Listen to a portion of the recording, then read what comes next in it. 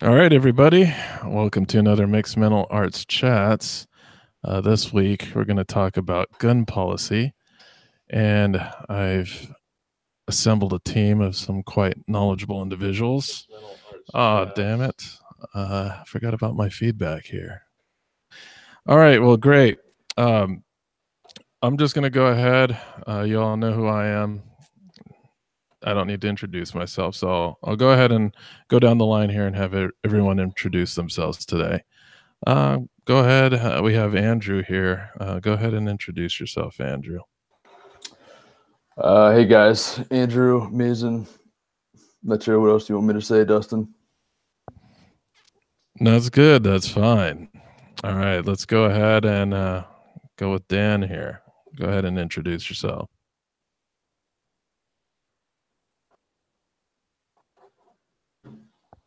Or not. All right, so I think Dan is idle, and we got two Davendra. Oh, shit. Sorry. Sorry, hold on. All right, my ears are gonna die. All right, you can go ahead and introduce yourself, Davendra.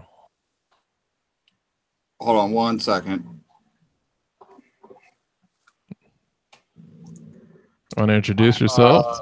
Yeah. Hey there. My name's Davendra, and yeah, that's me. All right, great. And we got Mr. Parker. He is actually the one that gave me the idea to run one on the gun policy. Go ahead and introduce yourself, Parker.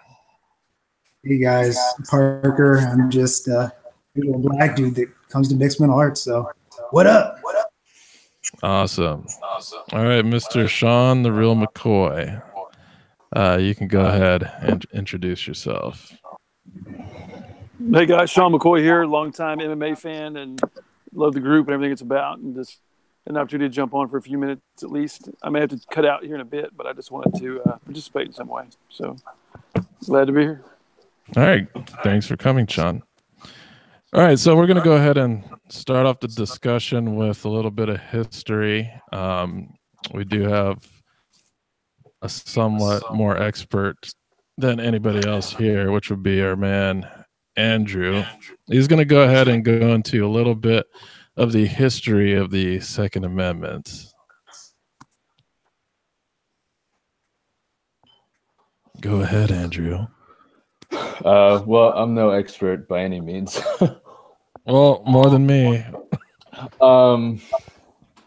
So, a lot of the language from the Second Amendment can be traced back to the Greek civilization with regard to, kind of keeping the power in the hands of the people. So for those of you who may be unfamiliar with the language of the Second Amendment, there's two clauses we're looking at here. The first, which basically says a well-regulated militia being necessary to the security of a free state. So that's what's called the prefatory clause. And the second part is the right of the people to keep and bear arms shall not be infringed. So that's more for the operative clause. A lot of things, surrounding militia and what that really means. So there's been kind of, if you go back before the Bill of Rights into the English influence in 1689, there was a guy named Delhomme. I'm not sure if anybody is familiar. There's really no reason why he should be. And basically he, back when King James era, there was a police force and they basically confiscated all the guns. So a lot of the influence on the Bill of Rights with regard to, what they can't take away from the people kind of arose from those early writings. Then you get into, the Boston Act.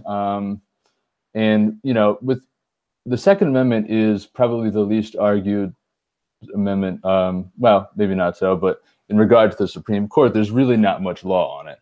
So it's basically, let's throw out this language, which dates back to the Greek civilization, which nobody really knows what it means.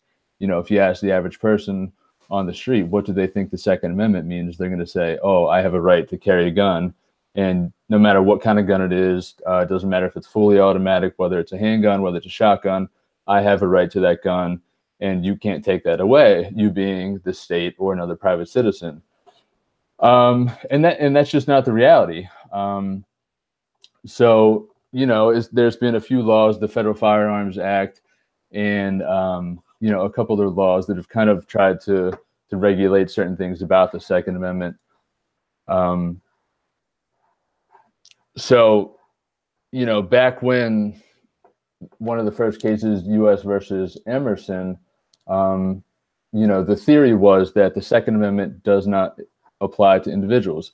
This is a group thing. The founding fathers, you know, drafted the Second Amendment because they wanted it to apply to this militia. They wanted it to apply to the militia. So if anybody's familiar with the militia meeting, is, you know, a group of people who would get together and they would bring their guns, and then the guns would go back home. And there was no individual right per se.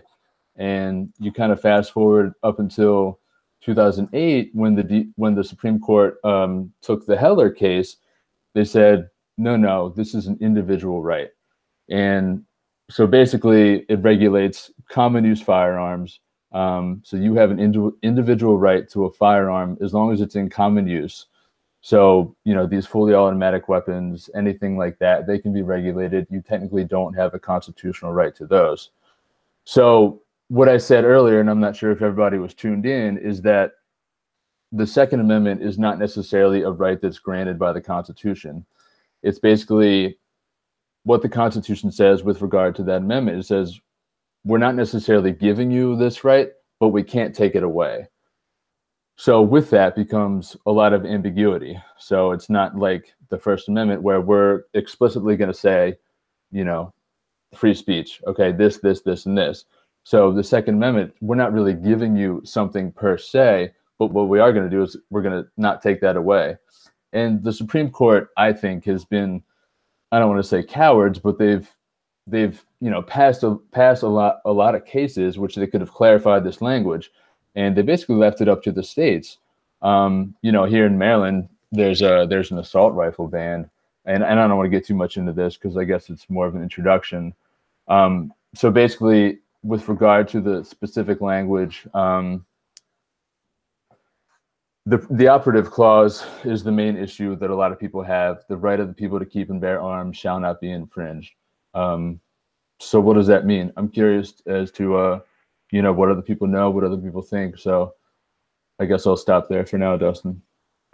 Yeah, it's like I read the first writing of that amendment, and it's super confusing. Like, it pretty much doesn't make too much sense in modern language, just reading it and trying to make sense of it. It's just, it's very vague, very oddly phrased, especially the original where there's like a ton of commas in between everything. Mm-hmm. But they did try to, I think Jefferson did try to clarify it. He kept one of the commas in, and the first was about the militia, and the second was about the uninfringed right to bear an arm. But even an arm itself, like, how is that really defined? Because a firearm is a type of arm, but it's not all-encompassing of all arms. And that's one of the things that's really confusing to me. Like, if I wanted to go out and, you know, throw some ninja stars around, like, that's an arm, right? But there are some places where those are banned weapons. Yeah, I mean, obviously, if you look at this when it was drafted, what was common? It was military. You know, they're talking about guns that were in common use by the military. But if you look at that from when it was drafted, you want your neighbor having a tank sitting in their front yard because that's what was in common use, or you want your neighbor having a cannon sitting in their front yard. So you really get into some trouble if you look at it from an originalist standpoint without taking into account what is reality in 2018. Yeah, it's really difficult. It's just a difficult discussion because I don't think they could have foresaw how far military technology was going to advance in the next 200 or so years. Um, just like we have drones flying around now. You don't want people with access to armed drones, just like a random dude. So there definitely needs to be some type of clarification. I just don't think the Second Amendment is very clear about what citizens are allowed to have and do and keep. And I think they didn't foresee how technology was going to advance these weapons. Some of them are pretty much overkill outside of hunting. Like, I don't know why you would need like a 50 cal sniper rifle to hunt something. It's just crazy. Yeah, and that's kind of the point, is like the Constitution itself is a living document. If you had taken anything literally from when the Constitution was written and applied it today, what could they have predicted? If you take all the free speech, stuff that's happening today, the gay rights, all that stuff that has happened in the last 10, 20 years, none of that would have been possible if you viewed the Constitution in and of itself to be only meant to apply when it was written. So the fact that you want to isolate this Second Amendment and look at it from that specific point of view without viewing the Constitution as a whole as a living document, to me, doesn't make a whole lot of sense. Well, one of the more interesting things, just looking back into the history of this debate, was that prior to some events, the Second Amendment really wasn't talked a lot about, too much. It wasn't something that people were worrying about. And I was just looking at some history, some causes of why it's such a contentious issue today. And it didn't really become contentious until, I would say, the 60s, when the Black Panthers came along and actually invoked their Second Amendment rights. Right. That's when it became a national discussion about how we should conduct ourselves in public with firearms. And it kind of started with the Mulford Act in California. Well, basically, if nobody knows the story of why the Panthers formed, it was in Oakland, and early 60s, mid 60s, police brutality, racism.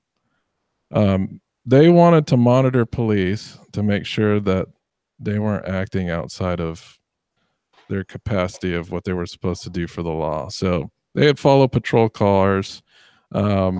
They'd stand a respectful distance away from the cops. They wouldn't interfere, but they would be there as, an observer, an armed observer. So they would stand 20, 30 feet back with their shotguns loaded, not pointed at anybody, but they did have loaded shotguns. And in California at the time, that wasn't illegal. It was an open carry state. There was no concealed carry from what I've read. So what happened is, because of outrage, because of what they were doing, which really wasn't anything at the time, California, I believe Reagan was governor at the time. I could be mistaken, but they went and set into law that you couldn't carry loaded weapons in public. So once that caught on, it became a national debate. It also started the politicization of the NRA, which previously was just a marksmanship club. Just wanted to teach young folks how to shoot. And the whole reason the NRA formed was right after the Civil War. And that was due to a lot of the drafted Union soldiers had no weapons training whatsoever. So their goal was just to make sure that the populace had training if so they were drafted, they would be able to shoot their weapons.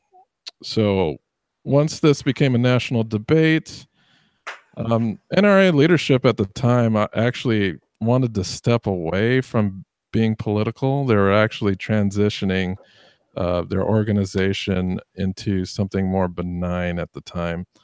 But there were a few members who were very concerned about these new regulations dropping on a national level. One of them was the Gun Control Act of 1968, which was one of the major factors that drove some of the NRA members to pretty much they led a coup against the leadership and were able to take control of the NRA. And they after that they pretty much politicized the association in support of gun rights. So once that happened, this becomes kind of a national conversation in which, you know, people are afraid now that they're going to get their guns taken away because of what the government did to the Black Panthers. But the strange thing about the Second Amendment is, like you said, it wasn't really clarified or even attempted to be clarified until the Heller case.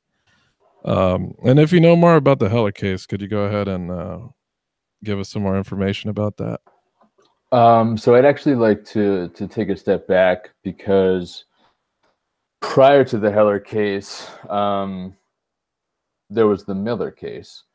And so that was 1939.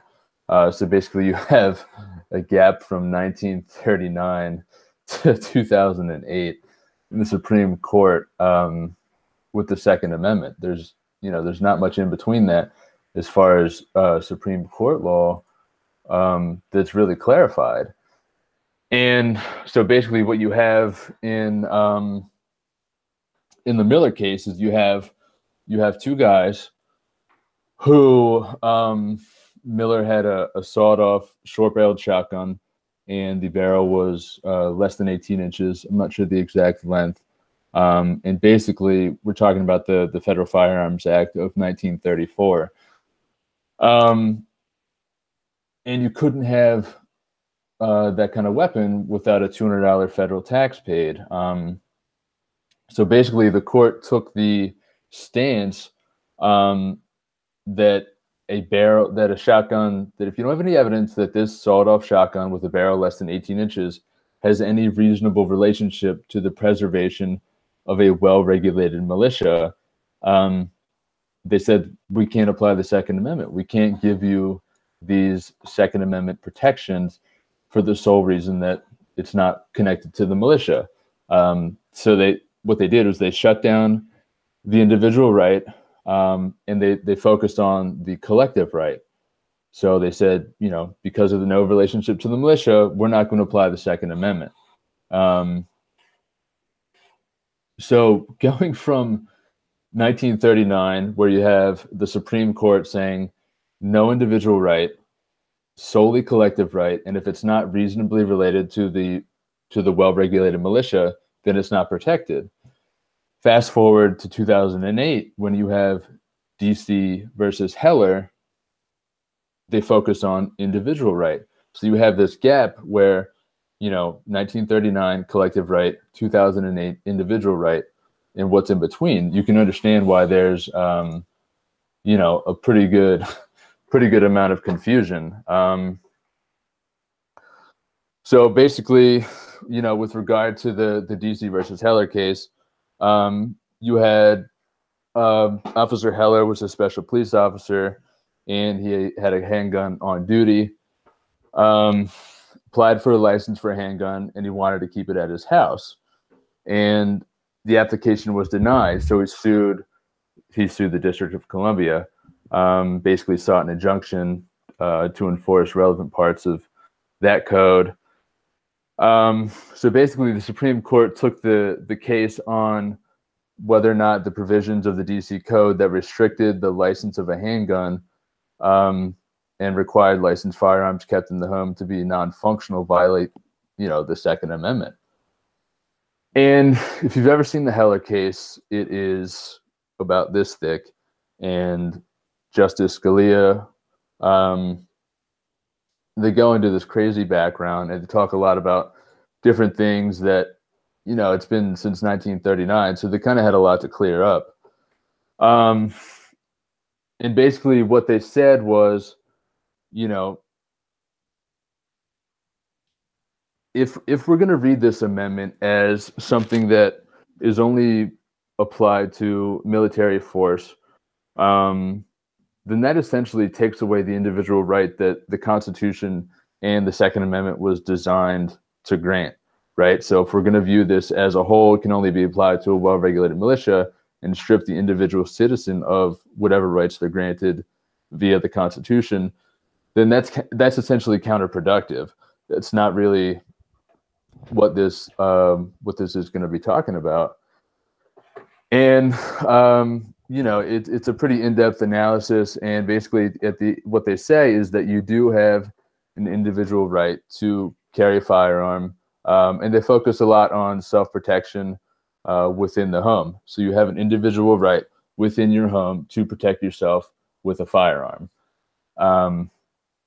So you have that case, and then you have the DC versus Miller case, which I talked about earlier, which said collective right, well-regulated militia. Now you have Heller, individual right to carry a firearm inside your home for personal protection. So you have all these ambiguities, and recently there's a Fourth Circuit case, Colby, and the Supreme Court denied certiorari for that case, so they're not going to take that one up. So essentially, what the Heller case said, if you're looking at kind of like a bullet point, you have an individual right in the home for self-defense. However, if we want to regulate that gun, they have to be reasonable regulations. So that's where you have these regulations that are coming into play with regard to domestic abusers, felons, undocumented aliens, if you were dishonorably discharged from the military. So, you have all these regulations, so they can regulate it, but you have an individual right. And what Heller does is it kind of clarifies it, but it essentially leaves all this other stuff open with regard to militia. The big thing now is all these bump stocks and all these other bans that are coming into play. And I don't want to get too much into that because I know your second session is about that, but basically what the Heller case does is kind of give you that individual right in the home for self-protection. If you look at violence statistics across the country, the amount of murders and deaths, arising out of these handguns, which are now constitutionally protected, outweighs these automatic weapons, by far. It's not even close. It's not even in the same ballpark. How many people die from these now constitutionally protected handguns for self-protection in the home, as opposed to these semi-automatic or whatever automatic weapons, that people are using in mass shootings. So it's really a tricky area, and Heller doesn't give much guidance to what to do about these other automatic weapons. They talk about common use a lot. If the weapon is in common use, then it's going to be given the constitutional protection. If it's not in common use, like a fully automatic weapon is not going to get the Second Amendment protection. But a lot of things like the semi-automatic guns, which are still in common use and they're being transferred in interstate commerce, they're still going to receive this the Second Amendment protection. How is common use defined? So common use is basically defined how many people use it, and it's kind of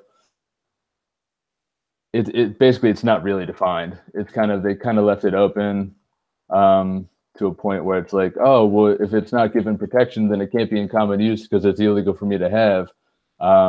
So it's not really, they didn't really give a whole lot of clarity on what exactly common use is.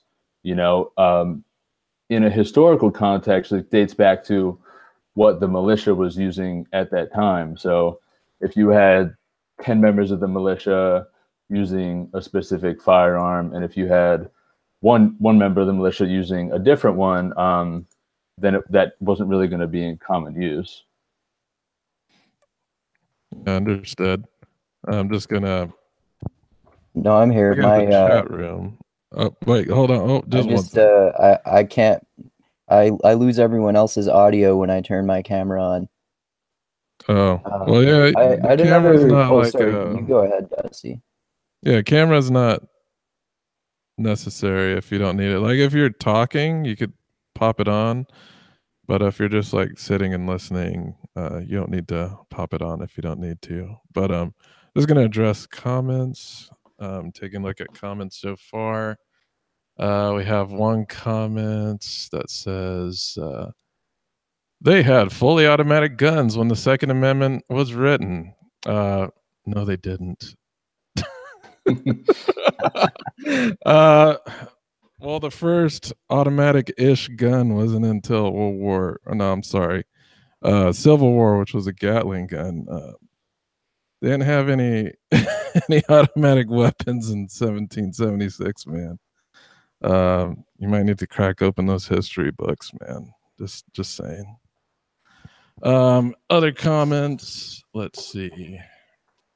Luke Calor wants a cannon, but that's just due with the new pig interest in new old naval warfare. All right. All right.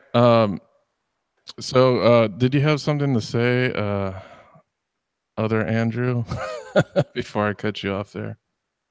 Yeah, I also wanted to ask the other Andrew, in the 1939 case, what were the reasons that the sawed-off shotgun was classified as not being like part of a well-regulated militia?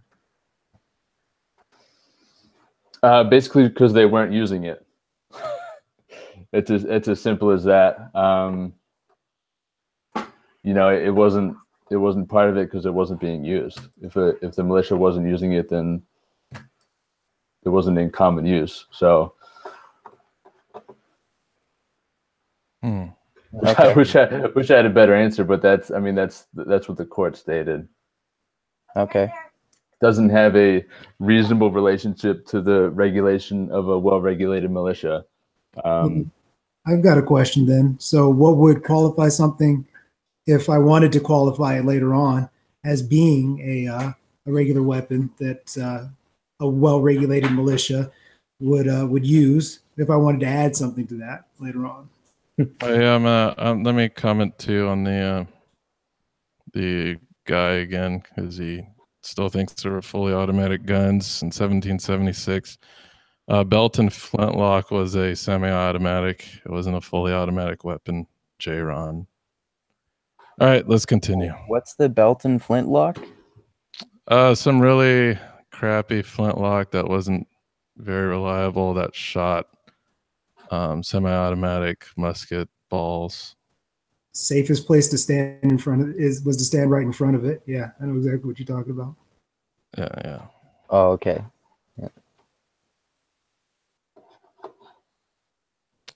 All right. So I think we covered some pretty good history of the Second Amendment. I want to get back to the one question about the militia. Yes, go ahead. So, the reality is there's not really a militia in existence today. So in order to classify something later used as in, connection to a well-regulated militia, what is a militia? It was a group of people that got together where if the army needed some extra help, these were the people that came into play. So Michigan militia. What's that? What about the Michigan militia? What's that? Oh, it's a white supremacist group out in the middle of Michigan, and they call themselves a militia. And I'm just saying, I don't know exactly what qualifies you as being a militia nowadays, but they do exist. Yeah, I guess they're like right-wing extremists that consider themselves to be part of a militia. I don't know how many of them there are in the country at all, though. I don't know anything about the numbers. Yeah, I have no idea if, and I highly doubt that the Supreme Court or any federal circuit or district court is going to regulate a white supremacist militia in the same context as a militia when the Constitution was drafted. I mean, it's possible if you get the right judges on the bench, but I just don't think that that's realistic at this current time. Would that be like an Army reservist kind of thing then? What's that? Would that be like an Army reservist kind of thing then? And like, what would that qualify, and where would that actually put, certain people that are in that category as far as this law goes? Yeah, I mean, I think, considering the status of the military when the Second Amendment was drafted and the status of the military now, I think it would be some sort of like backup, not even like the National Reserve or the National Guard. I think it's more citizens that aren't technically involved in the in the government military at all. They're just kind of like waiting to be called if they need backup. And I think given the status of the military, I'm not even sure that a militia would ever come into play, barring some, world war where we didn't have enough military to go to war, and they're knocking on doors and they're saying, hey, we need you. Will you be part of our citizen militia since, you didn't get pulled in whatever draft, like you're not signed up for the Army, you're not signed up for this. So it's essentially a backup of community members that are going to be there for military support. Then you could also think of like just the strength of central government at the time. During the signing of the Constitution, the government was far less powerful than it is now. So, and you also have to think of what would a militia be used for. Typically, we're not going to send people overseas. Militia is a defense force. So, say like, I don't know, Mexico invaded Texas or something. If for some chance, the Mexican army broke through into residential areas, I guess a militia would be the citizens fighting on their own behalf. But nowadays, like, what will we really use a militia for outside of home defense in case of an invasion? Overthrow the government. Yeah. Yeah. I feel like a militia, might just be like a hypothetical. So, if your home turf got invaded, then the citizens would, at that time become a militia. And so, it seems like the only time that might occur is if our government became the enemy. It's not likely that some other country would be able to invade us without our military taking care of it, right? So it kind of seems like there may not be a militia, but that there wouldn't until the need arises. Yeah, and that's the thing. I mean, if you're talking about a tyrannical government where you're going to your neighbor's house and say, F this, like, let's go. They're going to try to take us over. Like, we need to form together and form this militia so we can protect our individual rights under the Constitution. But even so, take these one-off militias that are, whether it's the white supremacists or whatever these militias are. So militias back in the day when the Constitution was drafted, they had weekly and monthly meetings. They get together and they clean their guns and they talk about their guns and they talk strategy, whatever. So even if you can establish yourself as a militia now, you're not the same kind of militia that was talked about with regard to the Constitution. You're not having these monthly meetings, most likely not. You're not coming to the town centers, taking your guns, talking about your guns, cleaning your guns. And the reality is that the individual right under Heller is going to cover probably 95% of those guns that are in the militia. So you kind of have these two different aspects of, okay, we have the guns that are going to be protected because they're part of a well-regulated militia, but then you have the Heller case, which says, oh, you do have an individual right in your home, in certain states allow, open carry law for individual and self-defense. So what's not going to be covered by that is going to be covered by Heller. So it's really kind of a weird situation. What, like you said, a hypothetical, what could come about where a militia would even be realistic that wouldn't be already covered under Heller? I don't know. How many states have open carry laws? It's a good question. I don't know. Yeah, I don't know either. Probably had to look into that. But I know most states, I know Maryland, you either have to, if you want to get the permit, you have to have, access to like a large amount of money, or you have to be somebody who's high important. Like a lot of judges get them, people who own whatever, banks or check cashing businesses who handle a large amount of money. But yeah, I don't know. Yeah, the gun laws here in Virginia are pretty loose. Yeah, much more. Sorry. I just looked up on Quora which states allow open carry, and it says the states not named California, Florida, Illinois, New York, or South Carolina. Yeah, it looks like 45 allow open carries. Yeah, so it says 45 states here. All right. Yeah, I was gonna loop back to like the weird thing about like the First, Second Amendments and things of that nature. Once a government that's in power becomes tyrannical, like those amendments don't protect you anymore. So at that point, isn't everything basically like what happens when a government is tyrannical and those amendments are no longer enforced? Well, wouldn't the premise be to protect those rights so that, before the government becomes tyrannical, you have, like guns or whatever. So for instance, Hitler made it so that Jews could not own guns, right? And if they had a Second Amendment law, then they could, hypothetically have prevented the removal of those guns. It wouldn't, though, if the government was tyrannical. I don't know. What's that? Yeah, I'm just saying, like, if the government became tyrannical, those things wouldn't prevent anything.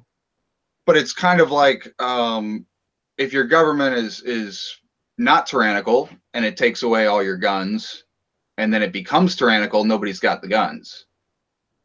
But if your government becomes tyrannical and tries to take away all the guns, you both know that the government is tyrannical and you have the guns to attempt to prevent that from happening. Yeah, I get it. It's just like the whole the militia versus the tyrannical government aspect. No matter what, if that ultimately happened in any case, the tyrannical government, regardless, is going to disregard any amendments that would keep the militias safe from seizure of weapons. And it seems like it would be really hard to say like to be able to detect when a government is about to become tyrannical. It seems like historically people often don't know that until after it happens. Or like now, for example, a lot of Americans would claim that the government already is tyrannical. So it depends on like who you like, your political stance and like how you define that.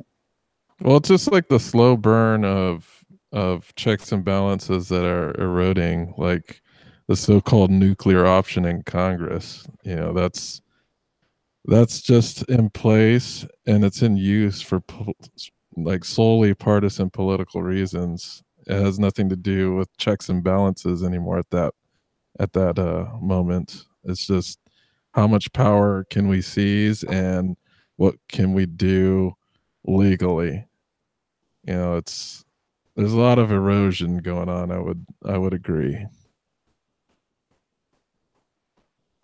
But then there's been a lot of pushback in some cases, like a lot of cases where things have gone into a lot of people's favors. Like, for instance, like I think Isaiah posted early about Border Patrol, like how they harangue people and harass people.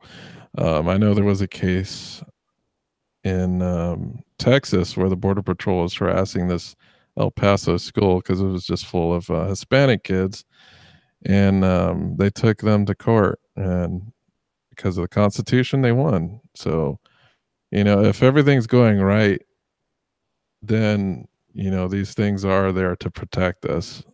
It's just that if the government just gets too tyrannical, quote unquote, then it's going to be hard to get these protections without having to fight for them, and maybe physically, who knows.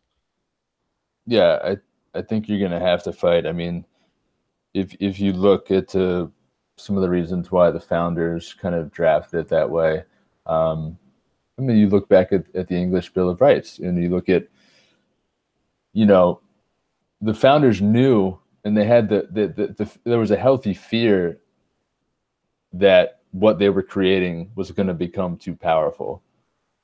And when you compare that to, the English Bill of Rights and, the American Revolution, I mean, you're talking about giving your citizens the right to stop you if and when you become too powerful.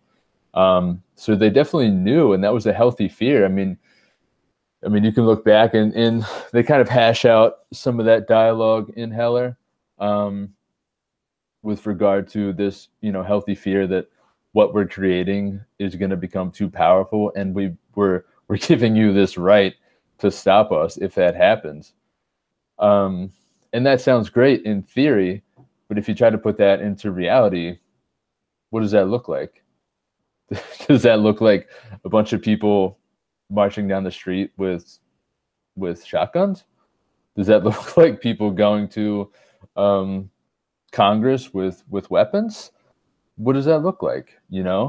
So it's easy it's easy to understand this in theory. It's like, okay, we don't want to have too much power, so we're giving you this right and permission to stop us if it gets to this point. But when you try to put that into the context in 2018, what does that look like? I mean, it could be. It actually. Oh. Sorry, I was gonna say it could be that it actually looks like a standstill where the government isn't trying to murder all of its own citizens, and the citizens have something. They've got that thing that is a.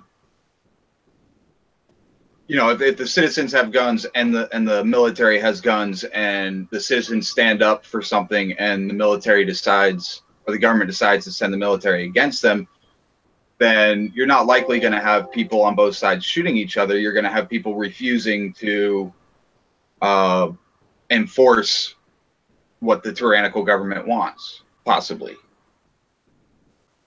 And also, what would kind of separate a gang or a random street, I guess, thug brigade, if you wanted to call it something like that, from a militia? Because if you're part of a gang or something like that, you're obviously going against the rules of general society. And if you're also in a militia, you're also going against the rules that were established by a government, which maintain that society. So where's that fine line? Where do you become more of a hindrance or a help? And what kind of rhetoric are we going to look at that's going to define that? And what is that clear fine line? And how can somebody actually really even tell you that your gang of people that is gathered together and you're armed, how can they say that if you're really not doing anything criminal overtly, that's even not constitutionally kind of covered too? Excellent questions. Yeah, I mean, the odds that we see some clarification on this issue in our lifetime is, I think, pretty slim. I mean, considering one of the last major times that this has kind of been clarified with what it really means is Going back to King James in the 17th century, who took away the right to bear arms because, you know, he wanted to do what he wanted to do without the threat of an armed citizenry. You know what I mean? Armed citizens. He wanted to take that away, and I want to do what I want, and I don't want you to have firearms or arms to stop me. And obviously the founding fathers didn't want that because they saw, you know, what happened. They didn't want that to happen to the United States. So will that happen again in this century? Probably not.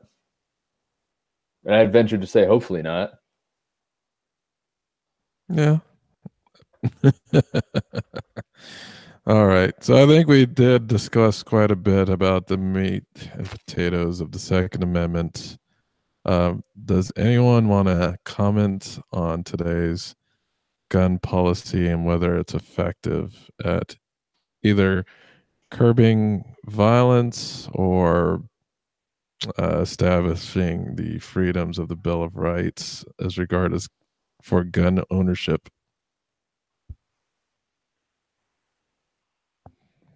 As far as if it curbs anything, I mean, I think it speaks for itself. We have like what, a record number of school shootings that have happened just this year. And we're only in March. We also have a great deal of suicides that happen that are basically facilitated by lethal weapons. We also have a great deal of different kinds of portions of time, like within at least my lifetime, where people have always executed some kind of gun violence upon people, but the setting changed. It used to be a lot of the workspaces in the 90s when I was growing up, like that's why people were going postal. And then there were, you know, a lot of people getting disgruntled towards the end of the 90s, and it went to the school grounds. And I don't know what that necessarily says about our society, that people feel that by having access to guns that they can impart this change in their little area. So I don't think that you can really do anything about that by just instilling a law. It's really more of a thought process kind of thing. How can you get these people out of this line of thinking that they can become a hero and they can become something great by just owning a gun? And that's beyond a law. That's just kind of written into the fabric of the way that we view things here. Yeah, I do think the curbing of firearms, I'm not really for or against it.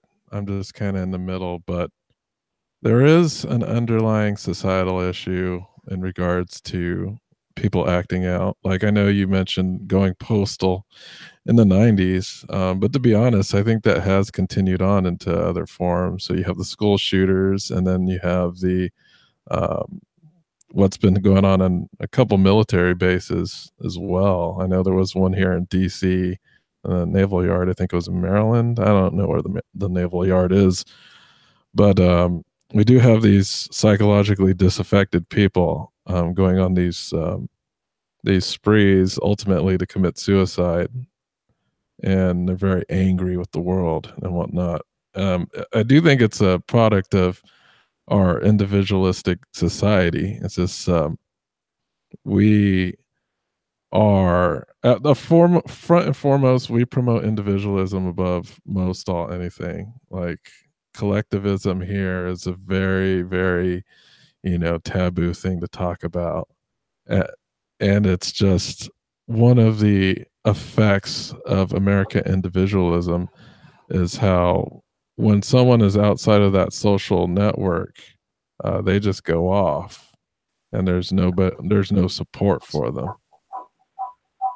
So it's we got the feedback.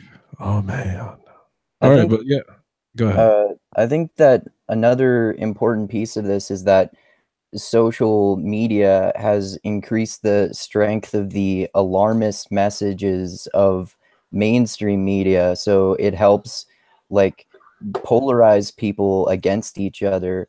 And it also seems like apparently like there's been a lot more like of an opioid epidemic and other medications and stuff which probably in some way contribute to people, particularly people who already have like mental disabilities or who are genetically predisposed to the sort of behavior that mass shooters commit. So these, like those two pieces of the puzzle probably contribute to the problem of mass shootings, I think. And we're just talking about, oh, go ahead, Parker. Yeah, and just to further that, I think also just having social media, and you can have people that actually support your faulty ideas.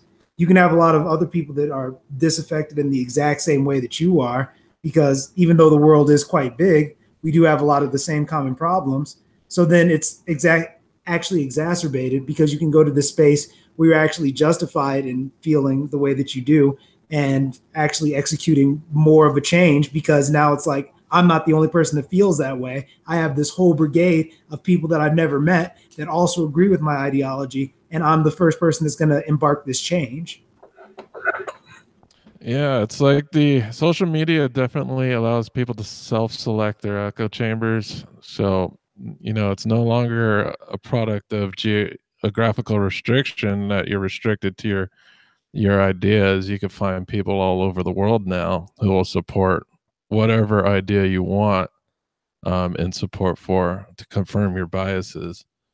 But as far as like the societal problems that we're having, if you just take a look at just the school shooters, like it's all a very specific demographic, and socially, I really can't say because I don't really live in those demographics that these shooters come from.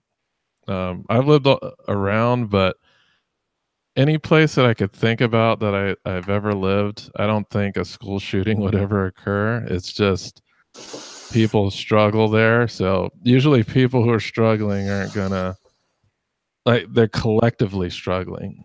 So if everyone is struggling, then they're collectively like on the same place, So what I'm basically saying is you're not really going to see a mass shooter at like a predominantly minority school. So I'm just wondering what are the societal factors that are causing these suburban kids to do this? I can step in on this one because I've grown up in a suburban place. Actually, the place that kind of sparked the whole craze, Littleton, Colorado, was just a hop, skip, and a jump away from where I'm at now. So grew up around them, know about the disillusionment. I actually came from a very suburban school, and it's really just kind of this.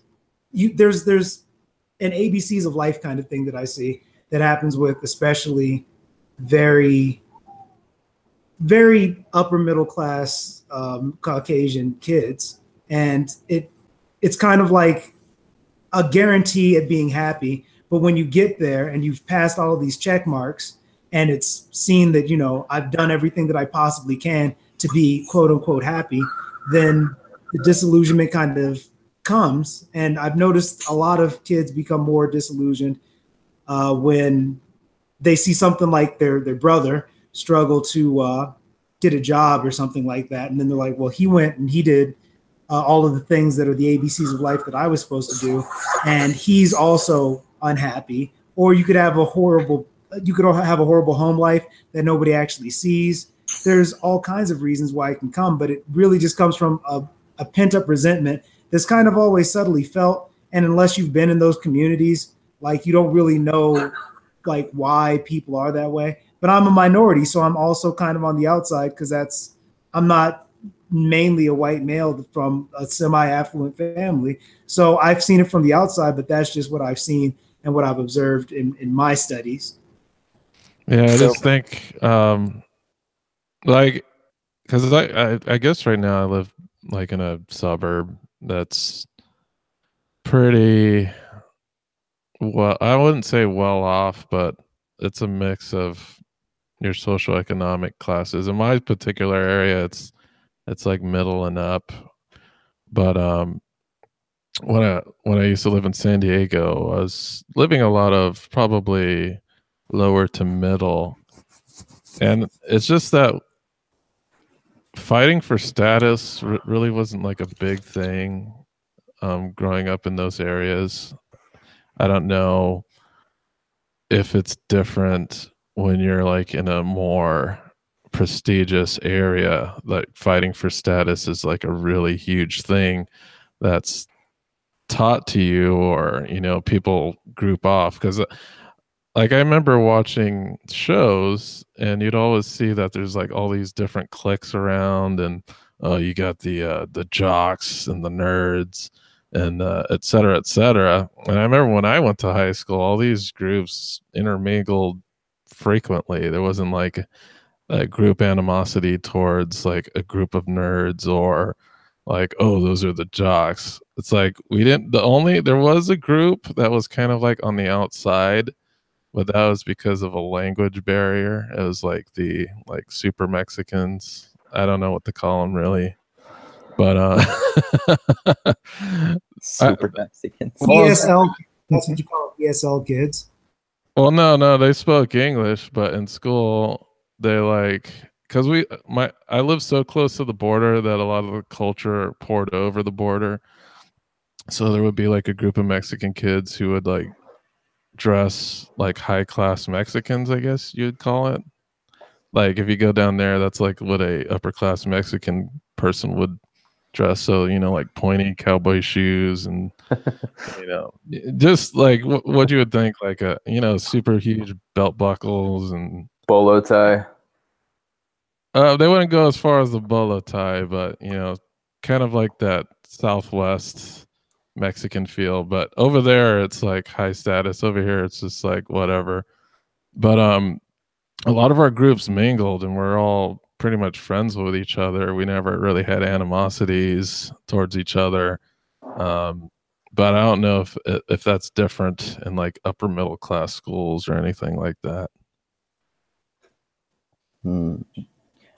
Dusty, are you and Parker saying that it seems like with the mass shooters, they tend to be in the demographic of disillusioned upper class white kids in a stereotypically lower class environment? That's exactly what not in a stereotypically lower class environment. I'm saying it's more like, because if you actually went to Columbine is a really, really nice high school. Like I've gone to Columbine for wrestling tournaments, everything. It's definitely an upper class kind of school. I would say it's more of a not really finding a place where you're ever going to really belong. It's kind of this depth where it's like, I don't really belong in high school. And then even when I see what my future holds, I don't see a place there either. So what I've found is it's kind of a loss of a dream. It's kind of a death of your future self, and not even thinking that there's a way to even really improve yourself, if that makes any sense. So it's more like a nihilistic mindset that kind of seeps in. Yeah, that's what I've noticed. Just like I said, I've grown up around upper middle class white people my entire life. So it's just, that's what I've noticed. And that's what a lot of the gripes from a lot of my white friends are, is just like, well, where do you go? What's the meaning of all of this? And if I'm miserable now, then I'm saving a bunch of other people from being miserable by, maybe taking them out. Not that I know anybody that's done a mass shooting, but I'm just, basically kind of pontificating on what might be thought. Yeah, that is interesting. It's just hard for me to imagine what it would be, because the thing is about growing up from the bottom and only moving upward, it's definitely different from being up there. And where do you move now?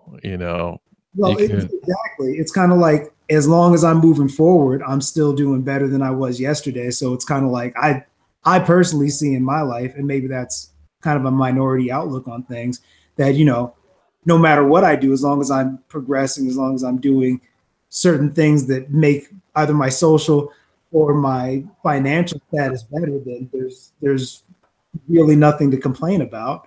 But there's other people that have a whole different set of standards and a whole different set of pressures that are unbeknownst to me because I just don't have them. That's a really interesting point because, and I've never really thought about it because I've also always been kind of like lower middle class, at least for my community. So I've never thought about what it would be like to already be at the upper class and then just try to figure out where you're supposed to go from there. That's really interesting to think about. Yeah, it's like I always thought about if I were ever to choose like my standing in birth, I would always want to be starting at closer to the bottom than closer to the top. That's just me.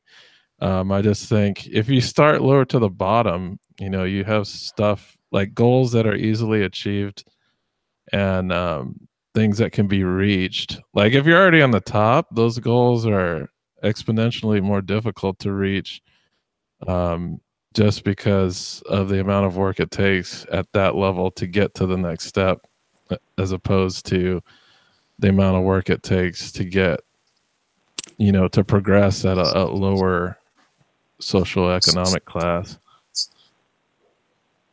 Well, I mean, Jonathan, no, go on.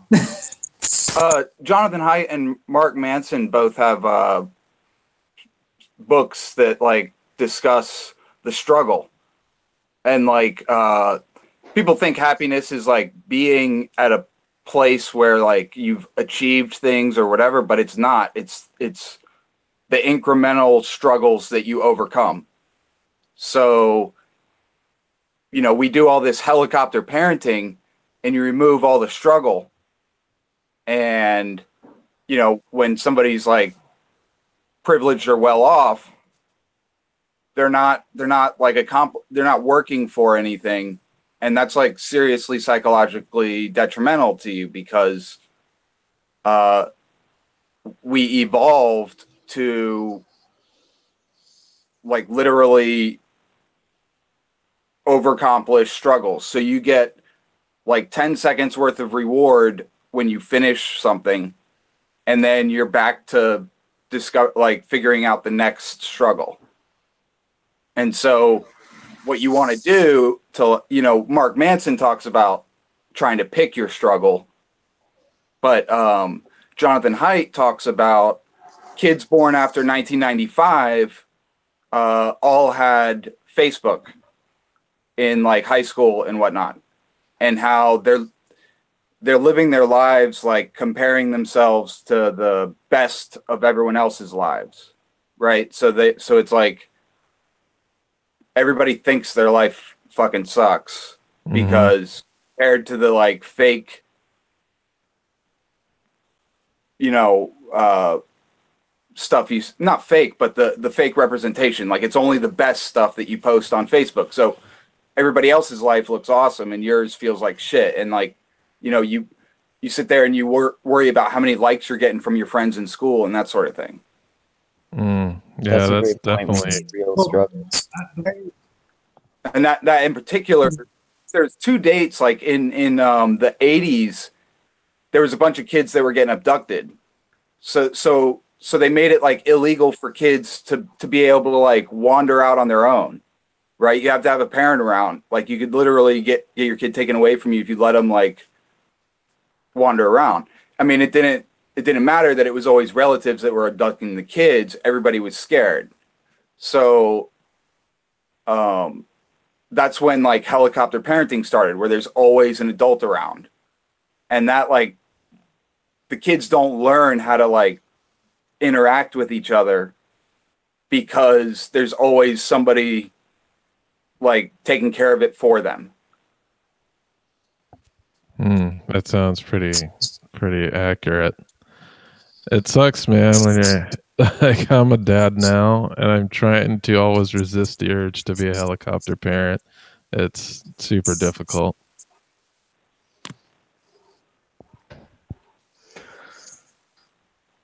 But yeah, man, social. I think it's a lot. Like if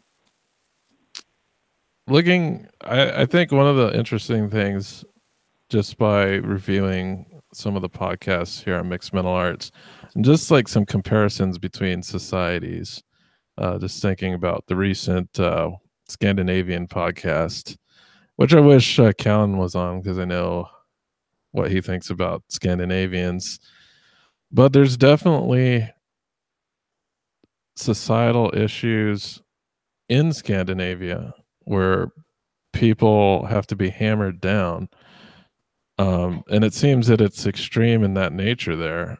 It's almost like we have to find a balance between having some type of cohesive social structure and basically a support system that people can rely on and allow people to be individuals and to break from the pack as well. It's like we got to be able to strike this perfect balance. In America, we're just like going crazy with being, individuals. So it's when we're doing that, it's just hard to have some type of collective, If I could cohesion. interject real quick, Go ahead. I think it basically comes down to redefining success, because a lot of us have one linear definition of it, which is, I get X amount of money, I have X amount of people in my circle, I have this, I have that. But you never really think about what success really means to you as an individual. And even in school, you're not necessarily taught how to redefine your own version of success. You're only taught really that just go down this line, you make these grades, and you get to this point, and then ultimately you'll be successful, whatever that is. But when you don't have anything that's really like forcing you to really want that, I mean, how can you really want to have basically a forced structure on your life and only see a forced structure on your life for the rest of your days and really get like kind of hype about that? And a lot of people might have, more inclination to be more physical or something like that, but none of that's really cultivated within the academic structure that we have now.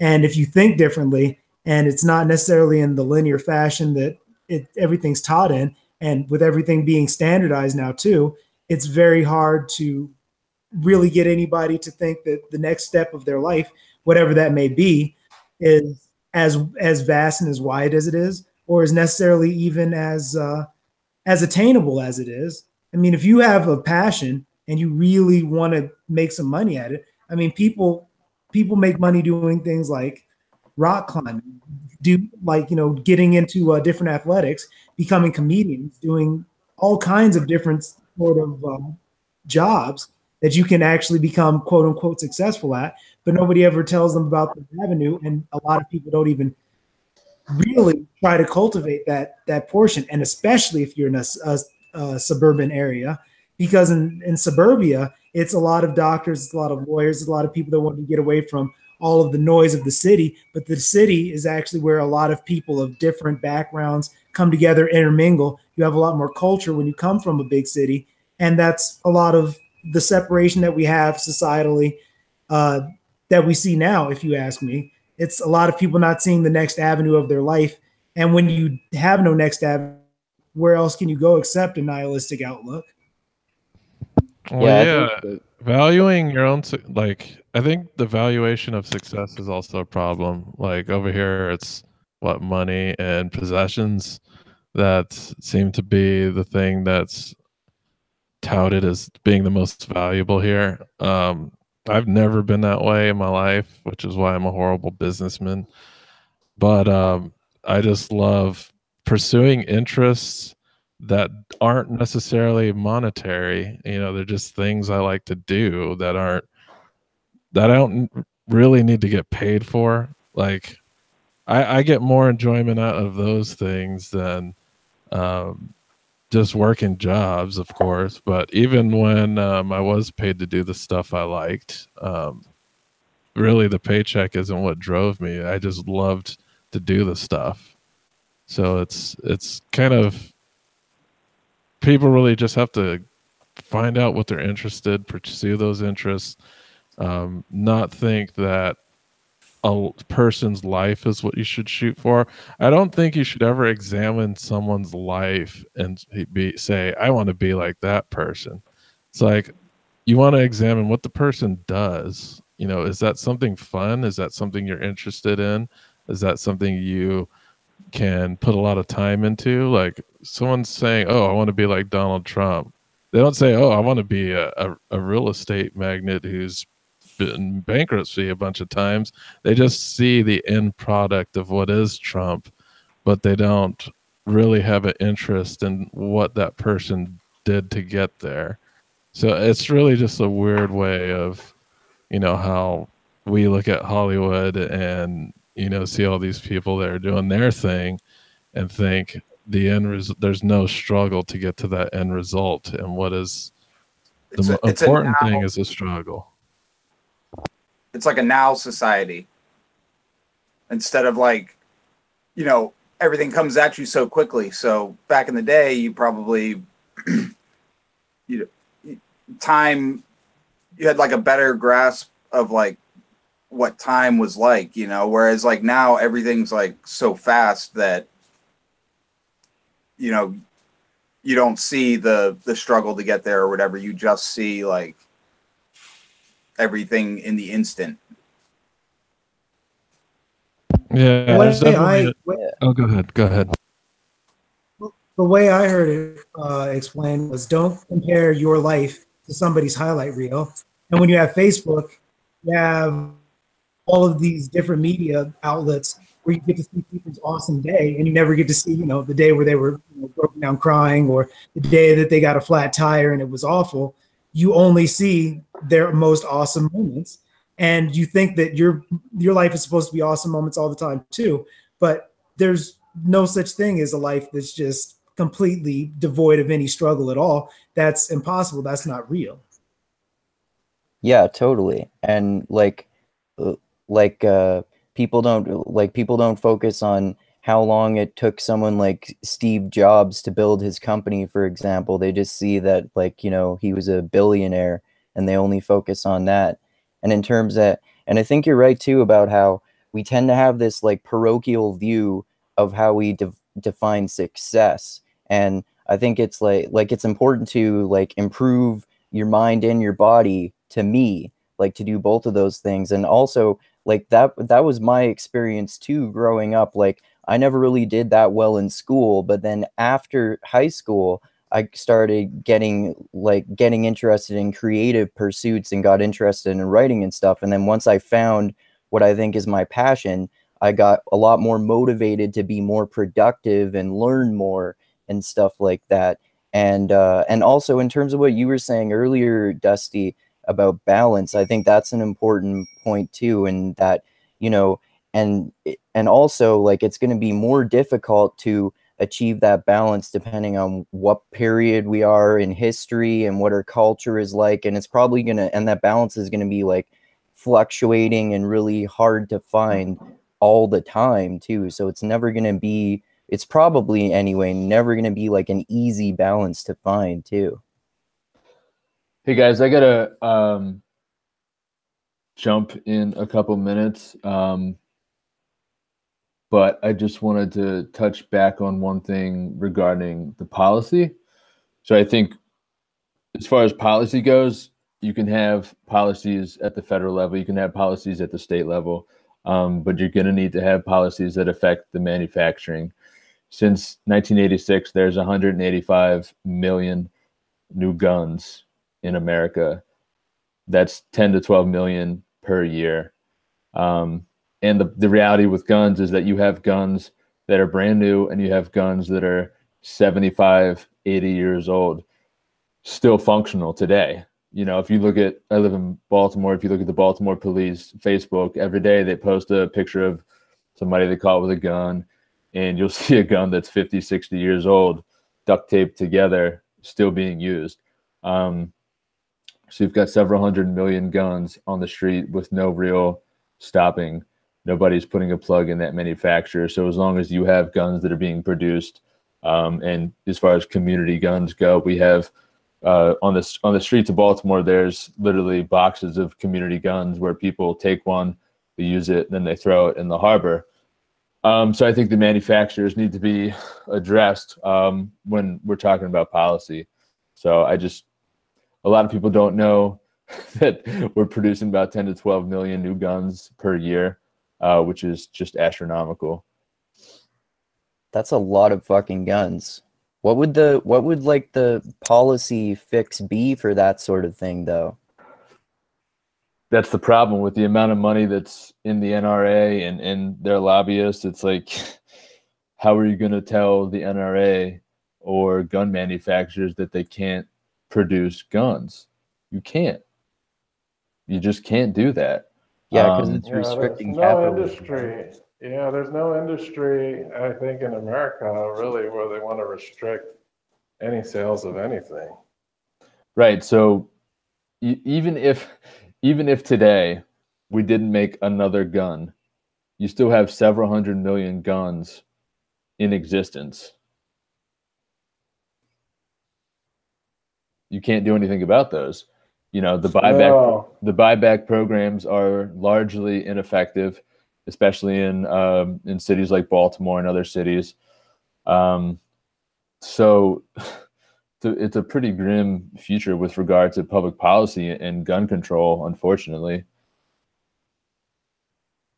Yeah, I don't think the issue is basically, I don't think there's any policy that's going to fix anything outside of the government taking away everyone's guns.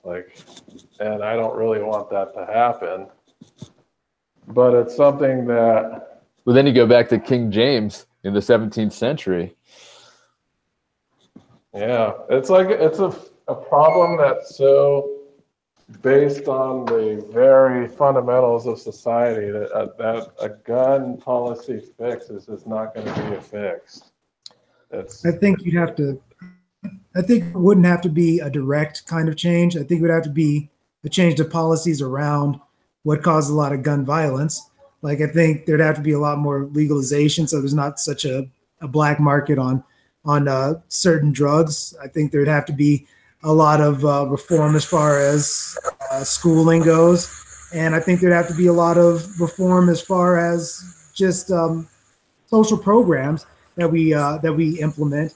And we've really got to have a deep, hard look at what we want our society to look like and what different policies we can implement to actually have that society take place and make it as easy as possible for it to happen.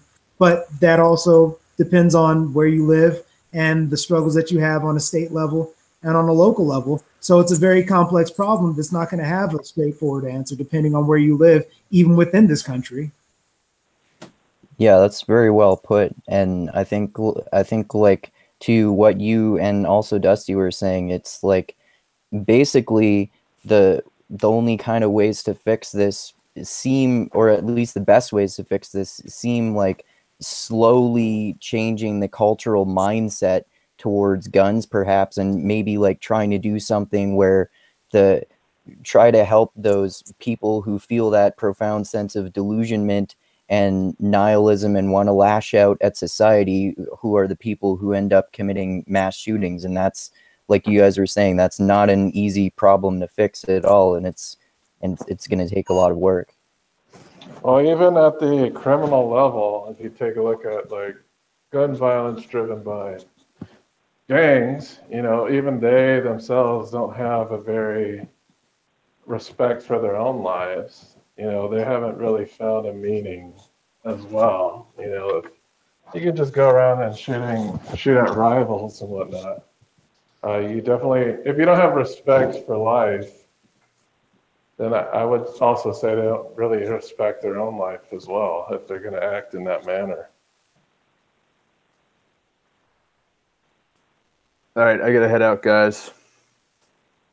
All right, thanks, Andrew, for dropping in and dropping that Second Amendment knowledge on us. No problem. It was fun. Yeah, thanks for teaching us.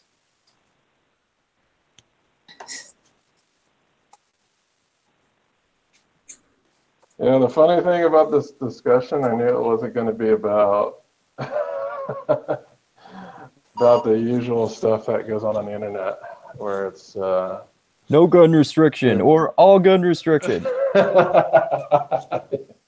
Yeah, exactly. I bet almost everybody is wanting that to happen. What was that, Davendra? I said I wasn't looking forward to this. I thought it was going to be fairly hostile.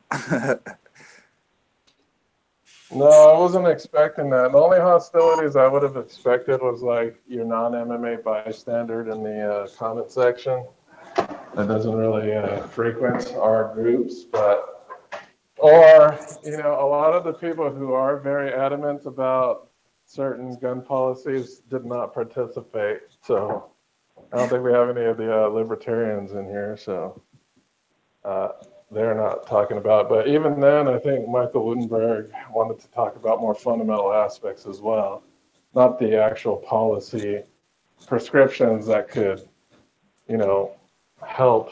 But I think there might be some policy that could help, but it's not going to solve any fundamental societal problems. Like, yeah, Florida, what they do, they push the buy age for semi-automatic rifles to 21, just like handguns. But the thing about these, what did you say that policy Florida, they voted the governor signed a law that you have to be 21 to buy a semi-auto rifle. It used to be 18. I mean, I see no reason why you shouldn't be, have to be 21 to buy any gun. And, if your parents want to buy you a gun when you're 18, then they can do that, but like, you can't drink till you're 21. So why should you be able to shoot a firearm? I mean, your frontal cortex is not technically finished developing until you're 25. So that's where your decision-making, like, part of your brain is. So it's not fully matured until you're 25. So, a lot of the stuff that we say is illegal till a certain age, I would have no problems with it being later, to any of that stuff. I think I am kind of libertarian where I like to see, most things be legalized, in particular drugs, but I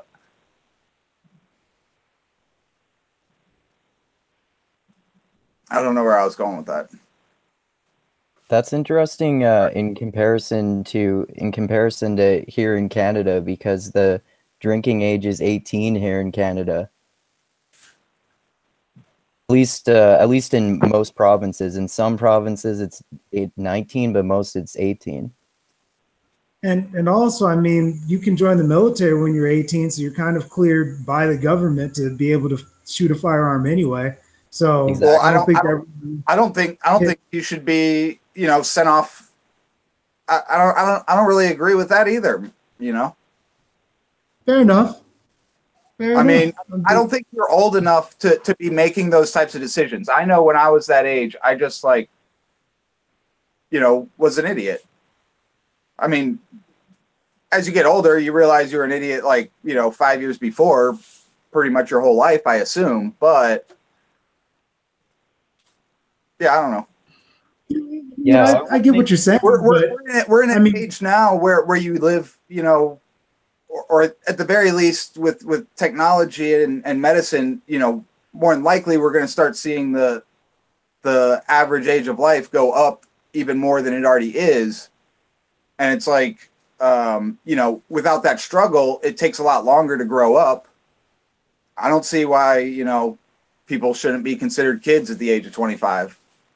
Yeah, when I was or 23 or whatever, When I was 18, I was mainly concerned with getting laid and getting drunk. So I don't think I was that good at making good decisions. Happens at different ages for different people, but if you're gonna pick a date and have a rule about it, like especially these days, kids are still kids at 18. Like back in the day when you worked on the farm, like you might have been, basically a man when you were 18, but these days, I'm pretty sure everybody's still a kid at 18,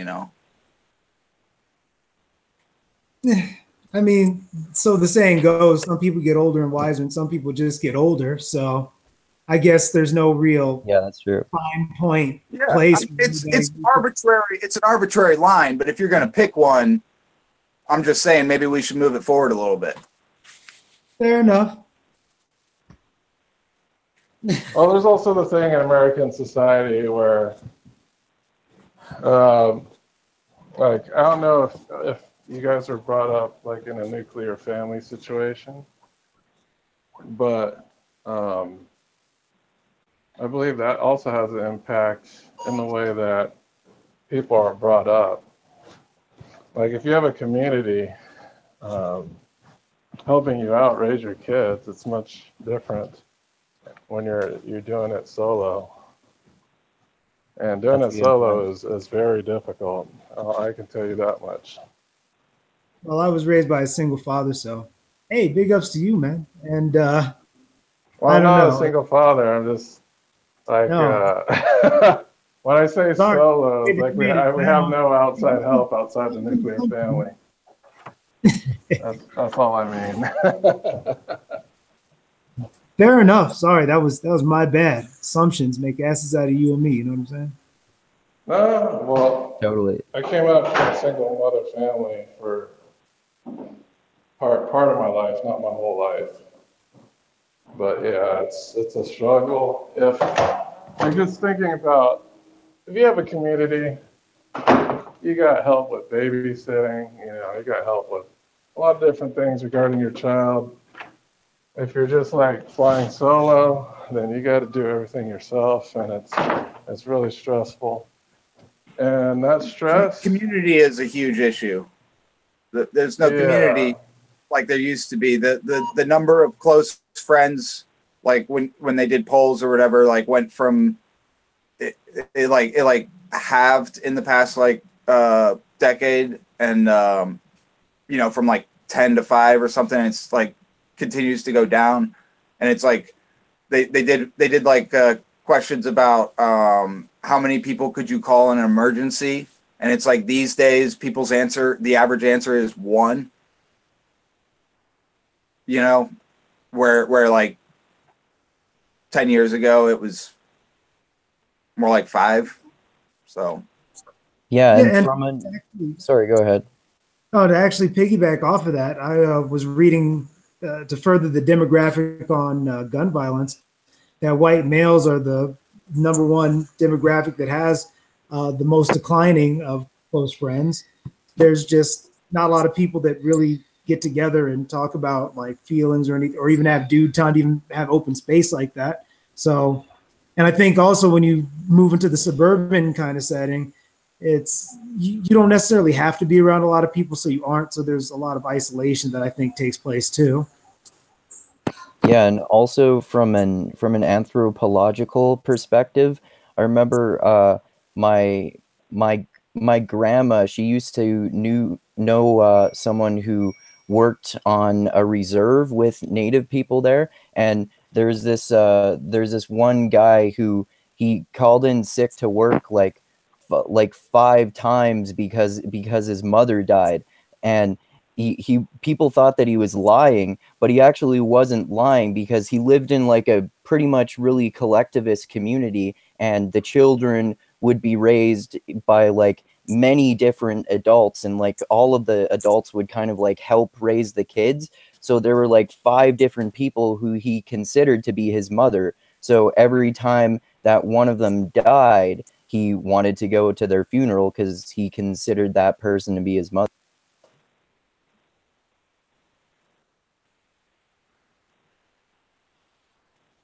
I definitely had some second moms as a kid. I can vouch for that.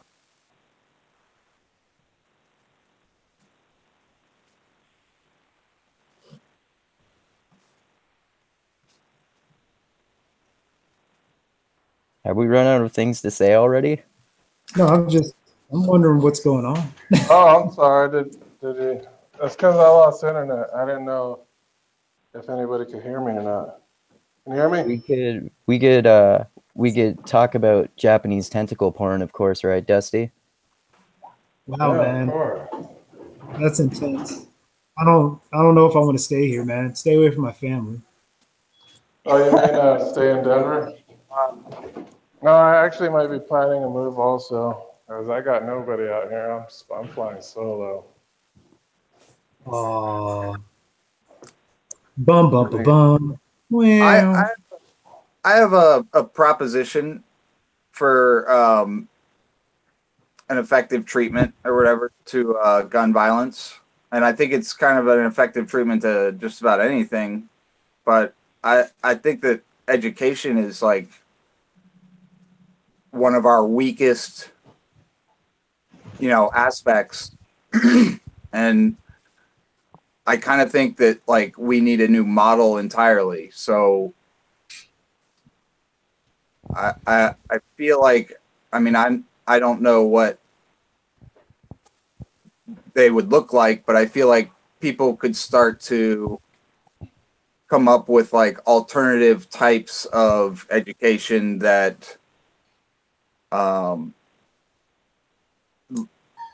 like where you have less of a sit down in a classroom type setting. So for instance, like less people, where you can almost learn like from like tradesmen or something as a kid.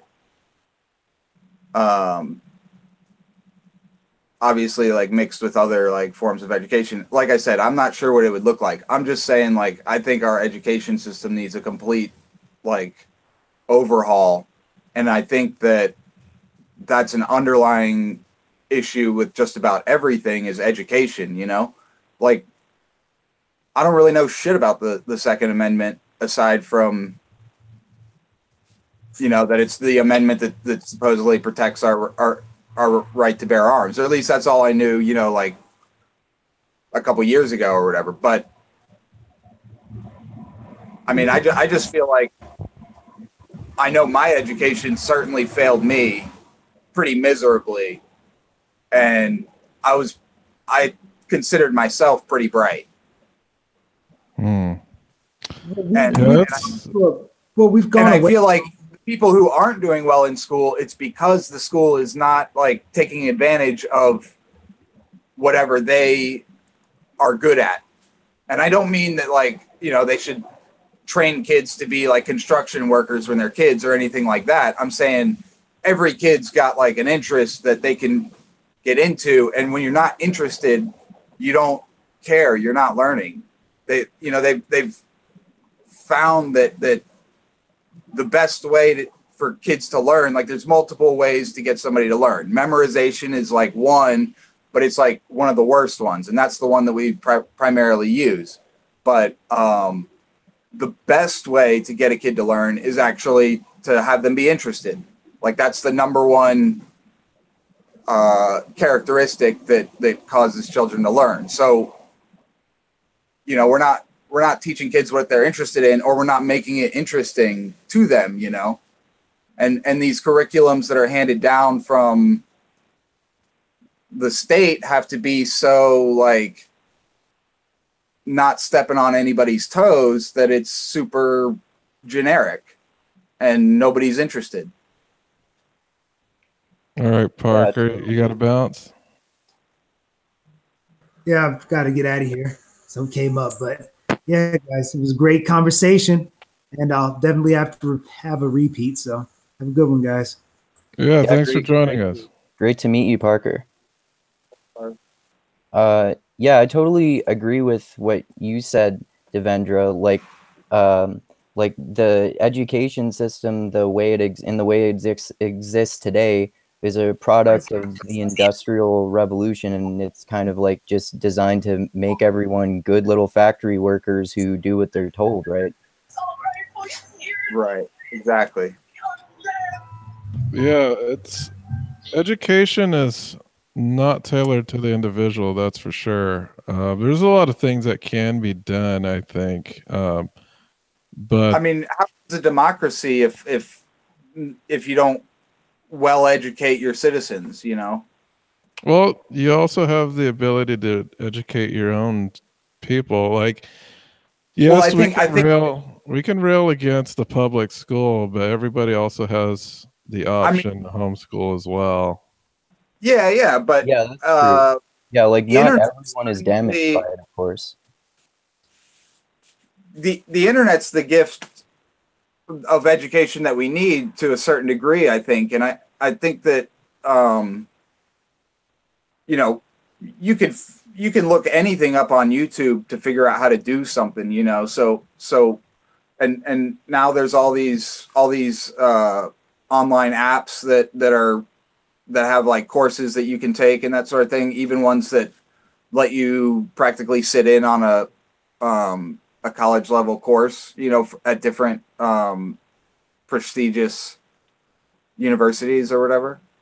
And I think that it's gonna happen anyway, you know, so I'm not really worried about pushing the agenda or anything. I think it's gonna happen sort of naturally, where people are gonna see all these different ways to, like,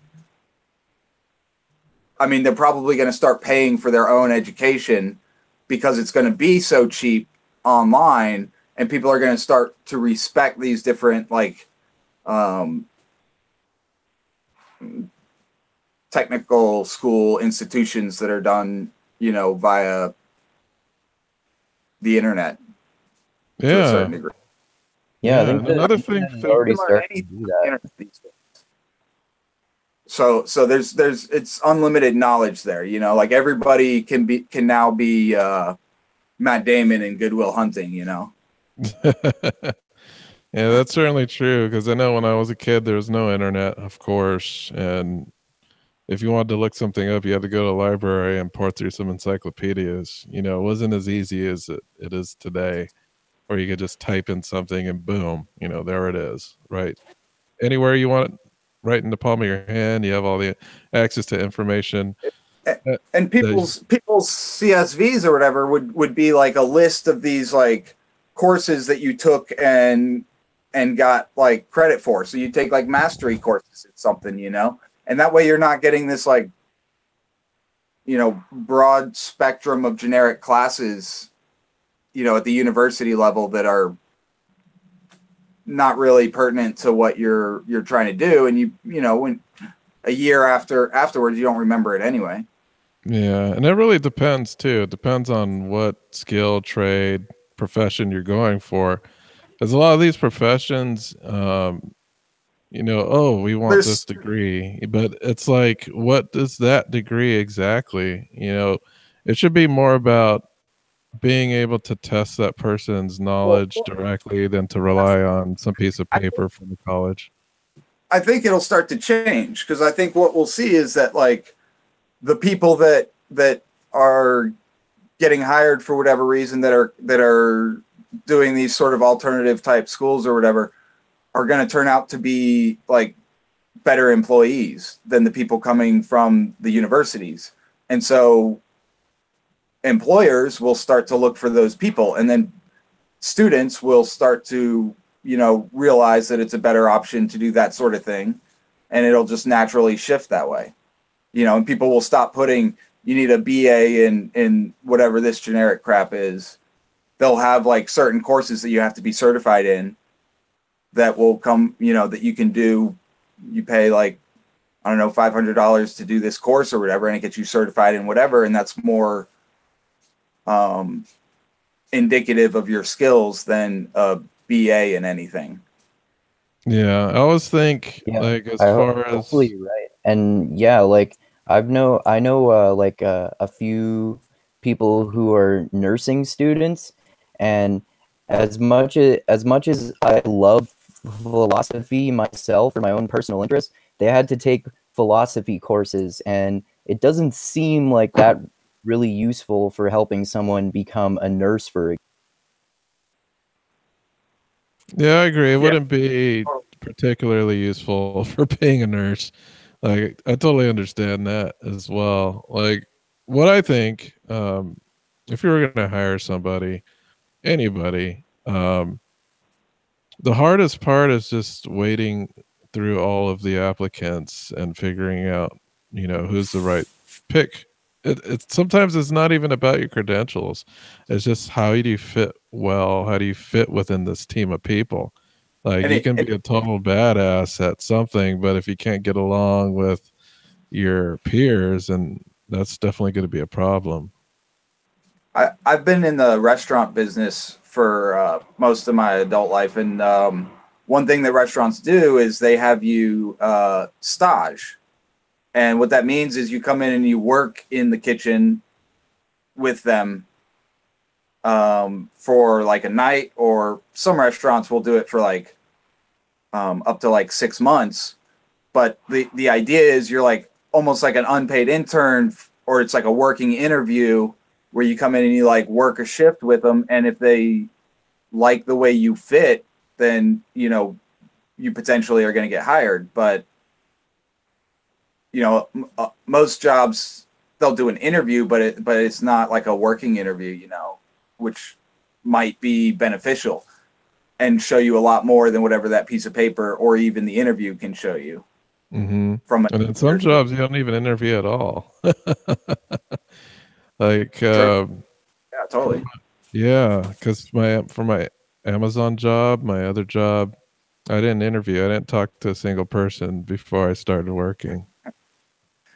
All they did was make me take a test, and I passed the test. I did not talk to any one person in person before I got the offer letter. It was just email communications, taking a test to see if I was competent, and then boom, you know, started working some hours. But the training was like almost a month long though. It was a lot of training. But yeah, it depends on what field you're working in. You know, certain fields need more scrutiny than others.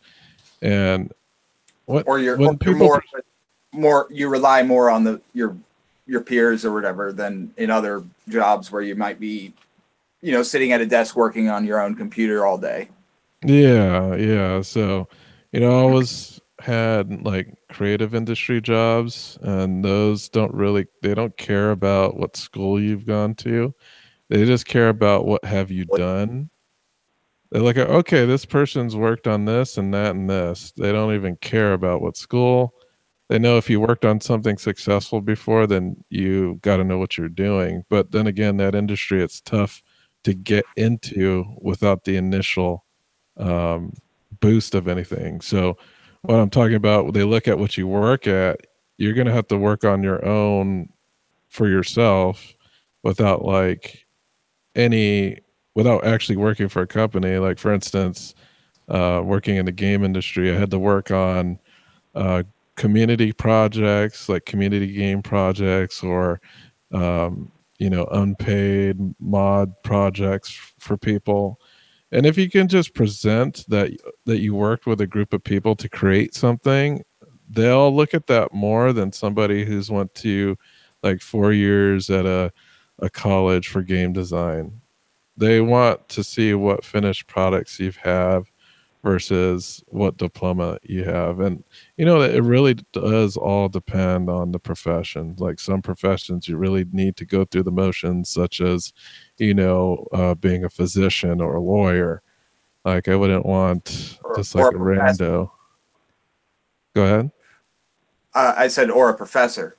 But, you know, one of the things about the degree was that it used to put you ahead of all the other resumes, because it wasn't, you know, super common for everyone to have a degree, right? But they, you know, then everybody said, get a degree, like that'll get you a good job. So everybody got a degree, and now it doesn't really mean what it used to, because everybody's got one, you know, to a certain degree. Well, it does increase your chance, but the cost benefit, depending on what education path you choose. It increases your chance to get a job where a degree is required. Yes. So it's really important to make sure you pick the right degree. And that's usually what, like, just getting a degree doesn't mean anything. What the degree is what matters, really. Yeah. And in terms of getting jobs too, sometimes it really depends on your connections too. Like last year when I started doing a painting job, it was through the dad of one of my friends. And so because he just assumed that I was a good person because he knew someone who knew me, I never had a job interview or anything for that job. He just like trained me to do the trade of painting on the job. Yes. I think there's basically a job for anyone, but our education system just creates our public education system tries to fit everybody into a single mold, which isn't how you have to go about things. I know, and when I went to high school, you at least got to pick your elective, so you got to kind of branch out a little bit. But in early school, yes, everybody's expected to perform within a specific mold within public school, and that's just how public schools are. It's hard to get that diverse experience when everything is dictated by daycare than anything. What's that? It functions more like a daycare than anything. You know, it it's like depends on what school you go to. Like a daycare ultimately is kind of a type of school, like a preschool and whatnot. And it depends on the daycare. Some daycares they just watch kids. Sometimes they'll teach them. It really depends. You know, you learn how to read and write in elementary school, and you learn the basics of mathematics. But you know, it's kind of like everything else you're learning is a super watered down version that they reteach you in middle school, and then reteach that in high school, and then reteach that in college. And every time they reteach it, they kind of like tell you the previous version was sort of a watered down bullshit version, you know, and I don't really think that's very efficient. Well, it depends. Like it really, really depends. Because like I was like, after like learning that they were just sort of like bullshitting half the time, and I feel like I would have been a lot more interested if I had gotten like a deeper look when I was younger. Well, it's weird about hindsight because if I was to just take a look at the books, if I was just take a look at the books I was reading now, if I were to read them like when I was in middle school, I would have no fucking idea what they would be talking about. It's just like the whole context wouldn't be there for me at that age. It just took me this amount of just living life to understand certain concepts that are in books. Like if I tried to read Guns, Germs, and Steel when I was in 6th grade, I'd probably want to shoot myself. Like the book would make no sense to me. I'd be bored out of my mind. It's just that though the things that you may have wanted to be taught earlier, you may not have had the right contextual tools to understand those things. And I understand why you think, you know, so this is a watered down version of this. But if I was in elementary school and the first thing they tried to teach me was calculus, I'd think I'd be completely inadequate. I'd probably hate myself because I wouldn't know what they were talking about. Well, so, that's why I kind of left math and English as like exceptions, but yeah, if you're talking about just like history, like even history, we may not have the context to understand things. Like I know history as an elementary school kid was fairly extremely watered down. Like especially, I mean, they straight up lied about shit in elementary school. Yeah. Like a lot of that stuff just never even happened. It was just a story they told you for some reason. Yeah, but you have to also recognize that classes.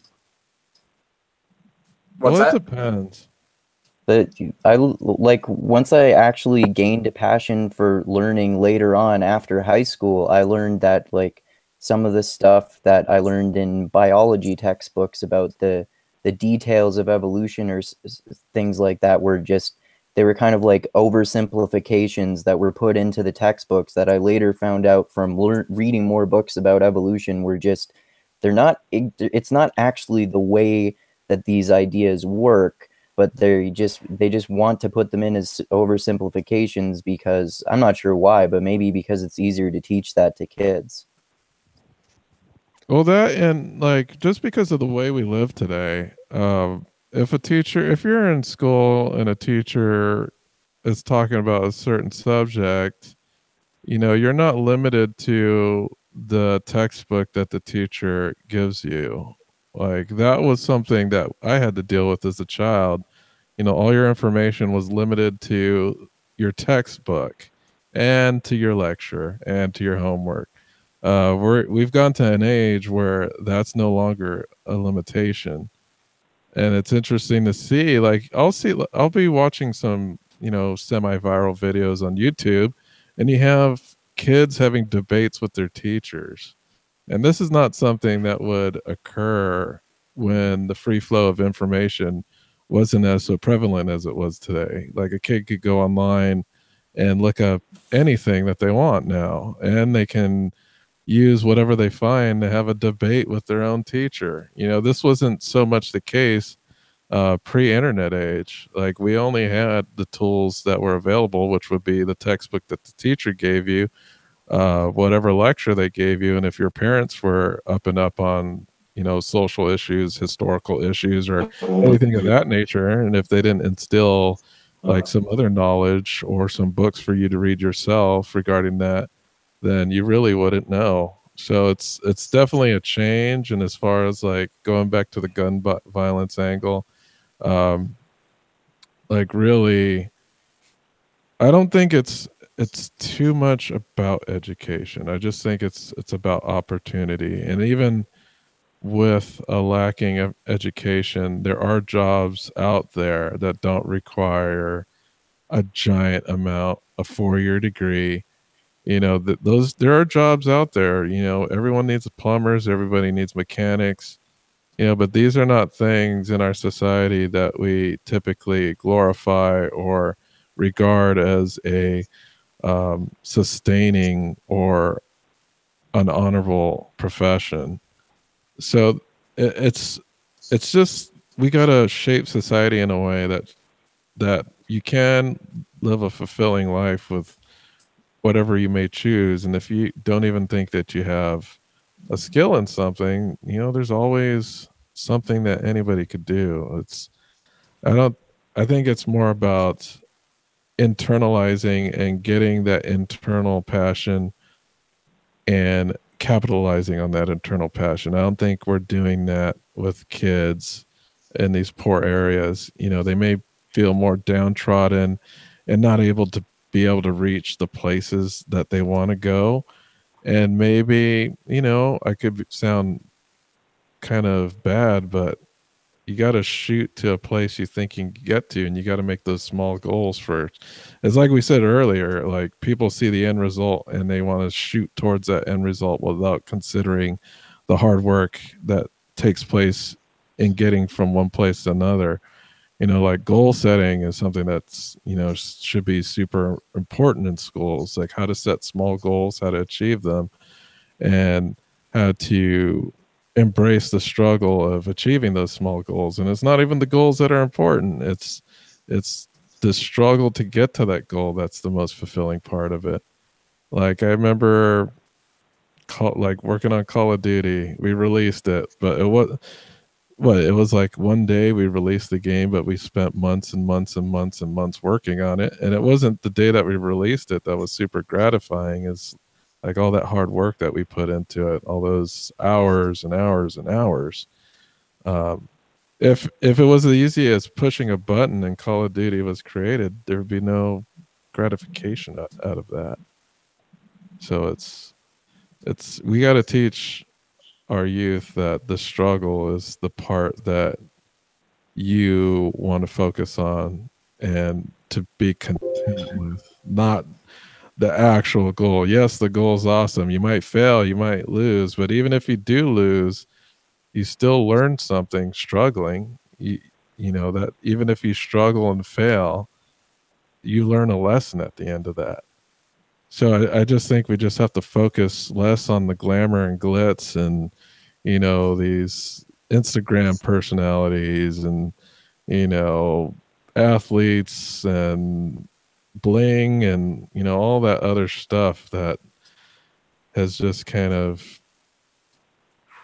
not, it's just gone to a place where, life it's a paparazzi game.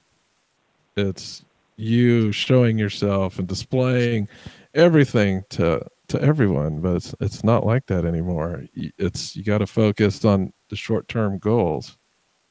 So I don't know, that was a rant, but that's what I think, man. Yeah, and I think it's probably also important to explain why it's a good idea to achieve particular goals too, like especially in terms of school, like explain why you should do this homework or learn about this particular thing. Because I don't know about you guys, but for me, that kind of thing was never explained to me, and it's part of why I never really liked school until I was finished high school. Totally. Well, we have Willie here, who's an educator. You have some input on that. I hate school. No, I'm joking. No, not a real big proponent of homework. To be honest, why are we talking about homework? But we're talking about guns. No, we're just talking about education because we're talking about, gun violence and how to curb that. Like, what can we don't think there's a policy solution that's going to stop gun violence. There's more of like a root under that needs to take a look at. And Andrew proposed was it Davendra proposed it was education. And he thinks there's something wrong with education that can lead those to not live satisfying lives and to turn to drug gangs and gun violence. Well, then you have to ask yourself who's doing the education. To think that school does the majority of the education, or at least acculturation in this country, is kind of a misnomer. I think one of the biggest problems then becomes the fact that we put the onus on school to be the solution to every mother-in problem that there is, yet it's the problem for everything. So it's not only the solution for everything, it's also the problem for everything, which is probably one of the most damaging and ironic ideals behind what education has become. Sure, could we teach some sort of, I guess it would be mental wellness. We could do all sorts of things to that extent, for sure, but that doesn't solve necessarily how people are feeling alone, isolated, disenfranchised, frustrated to the point of not having an answer for anything. And really, I think it's been coming down to more or less socioeconomics and not necessarily education. And you got to think also, socioeconomics equals education too. So I was at the state. By the way, Kalamazoo won state championship today for mock trial. But anyways, like the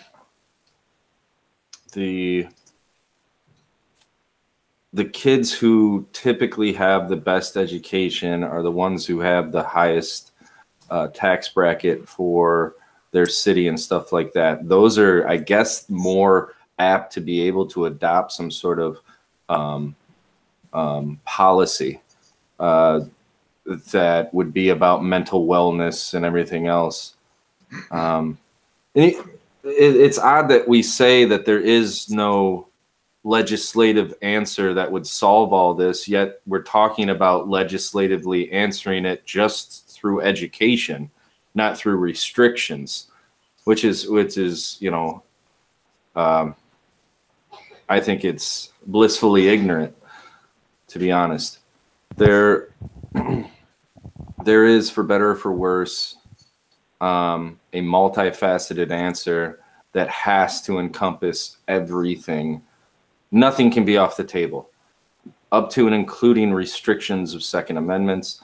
Not the full-on ban. Nobody would ever want a ban of guns, but there's it comes down to access, right? And so if we think about education as access, so the more affluent have access to a better education. They have access to better technology. They have access to more food, better food, different options for food. They have access to better books. They have access to better teachers because they're higher paid or they're more sought after. It's about access, right? So we're talking about access to education is the answer. Well, we're also, you can't leave in the corner the access to weaponry. I mean, guns are mechanized death. And I'm not saying, I mean, I am the son of a cop. So I'm not saying for an instant that guns need to go away. That's not at all what I'm saying. However, there is a huge difference in access in different countries for weaponry, and those places have results. I'm not suggesting that we need to go to a specific country or any one place like that has like very strict regulations, but we could come up with our own answer. It's like we've given up on being smart people, and we're just gonna say that there's nothing we can do. Oh man, when obviously it's a ton of things that we can do that will happen eventually if we had the intestinal fortitude to say, okay, we're sick of these results. So let's try a different answer. Let's try a different question. Let's try different means of getting to a solution. And until that happens, until we have the courage to change, nothing will. Nothing.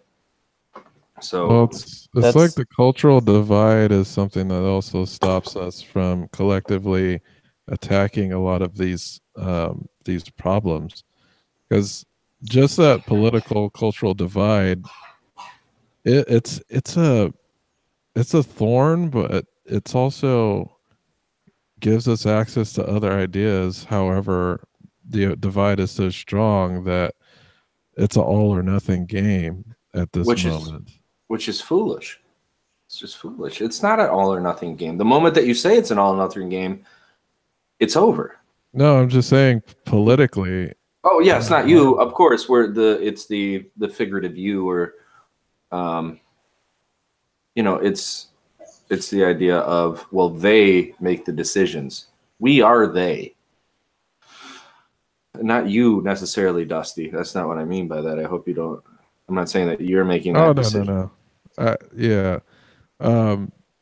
Yeah, so it's just such a multifaceted issue. Yes, some things can be done in the gun arena as far as, making sure the right people can own guns, even though a lot of the wrong people own guns illegally anyway. However, hold up. Let's touch on that for a moment. Okay. These people aren't drug dealers, people who do mass shootings.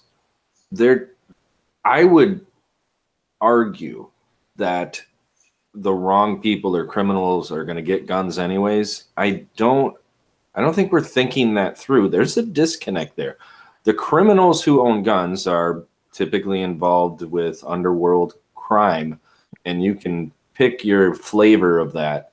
But those are the ones who want to own guns illegally because they probably have a past felony or misdemeanor that doesn't allow them to legally own them.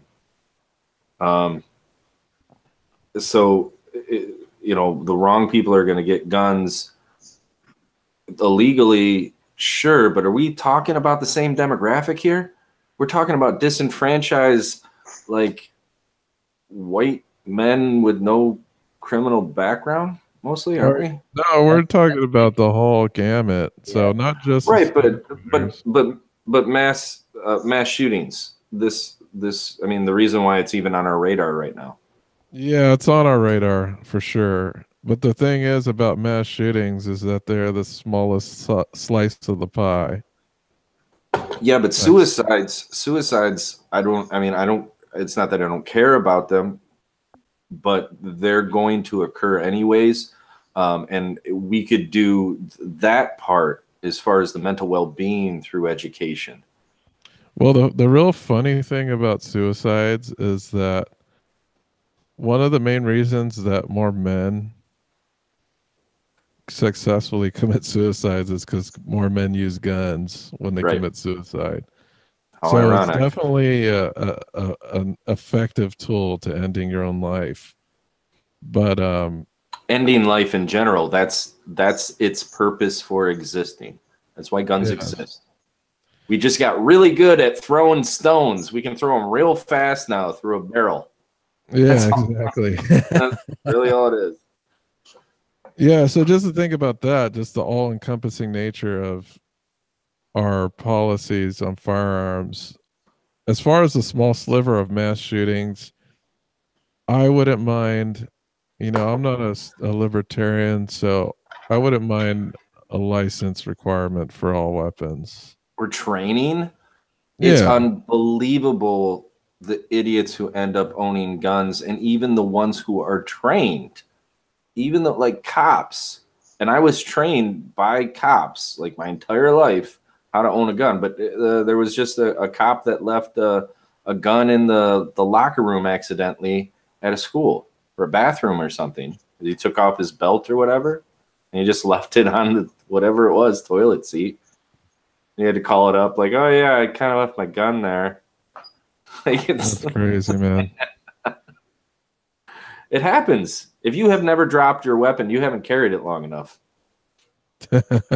Seriously. That's the truth of it. But is that hey, sorry to interrupt. I know I'm kind of just butting into this conversation. But no, you're absolutely a part of it. Yeah, you're not butting in. I mean, it's still a thing that we can do, though, right? I mean, that's not like having a path towards issuing somebody the rights to use or own a firearm or whatever seems like a sensible thing to do. Since, I mean, especially given the fact that there's already just a whole bunch of weapons already out there. I mean, we don't really have a good way to get rid of all of the weapons, so we don't need to get rid of them all. We don't need to. Okay, I'll agree with you on that, yeah. But, we still want to solve the problem of gun violence, so, that's a thing that we could do. We could try to say, okay, in the licensing process, we're at least cutting off some of the people who would otherwise have access to guns that, Yeah, I understand what you mean, but I think a lot of the quote unquote gun violence that is focused on outside of the school shootings are basically like your Chicago type of situation. And if they really want to nip that situation in the bud, they would just turn our black markets into white markets.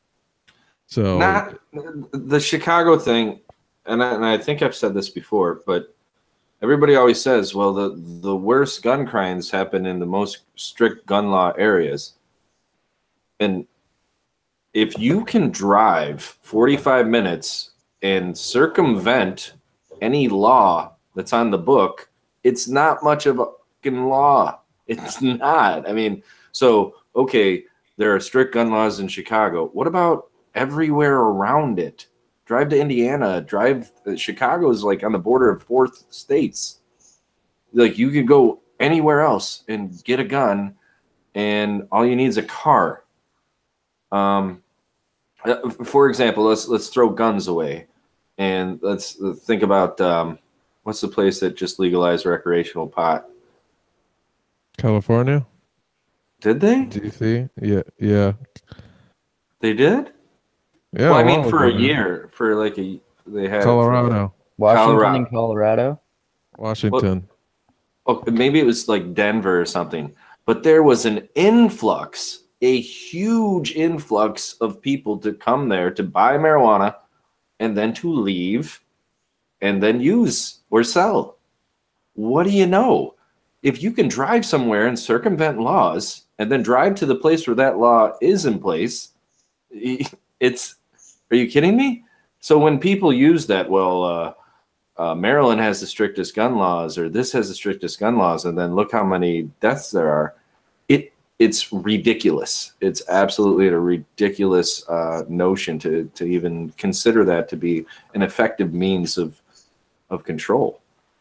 This is part of why we were talking earlier about how policy solutions won't necessarily solve the problem of gun violence. Maybe there are some good policy solutions for that, but maybe like it might be a better idea to try to like change the culture and change the cultural mindset toward guns and towards like the disillusioned people who end up committing mass shootings or people who join gangs or stuff like that, which, like you guys are saying, is a really multifaceted and complex problem. And there isn't going to be like one easy solution. It's going to be like really hard to do, and it's going to take a lot of hard work. And we have to look at this from a lot of different angles, like you were saying.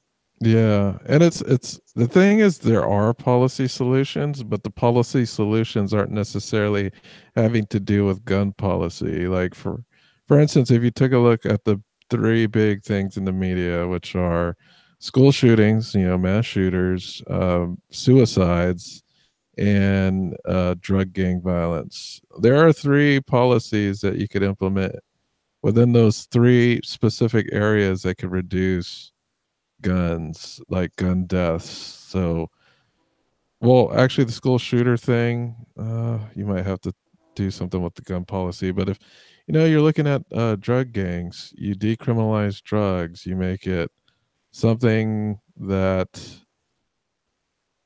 could be regulated, taxed, oversaw by local governments, something that could be done out in the open without needing illegal guns to protect your assets. You do that and you get rid of the drug gangs. If you can legally protect drug assets within the law, then there's no need for black market gun violence. As far as suicides, that's pretty much just a societal issue at the core. I'm not sure if there's any real policy outside of being more restrictive about, putting more research on the effects of SSRIs and things of that nature and their effects, and how hard they're lobbying the government, et cetera, et cetera. There's some things you could look there that could reduce suicide in general. And as far as the school shooters, it's just kind of an offshoot of the suicide problem, but it's taking that suicide and trying to apply it to other people while you're doing it.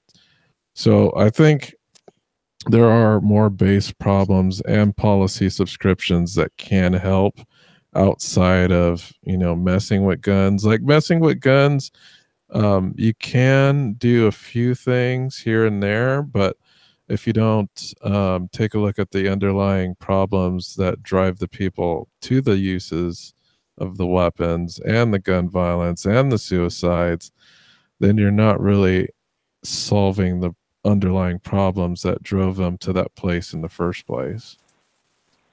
Mixed Mental Arts talks about culture. Yeah. Mixed Mental Arts talks about culture all the time. Think about how hard it is to change culture. That's very difficult. It depends. It really depends, because there are aspects of culture that have drastically changed over the years. Our culture regarding women's rights, or things like minority rights. They have made some pretty big strides.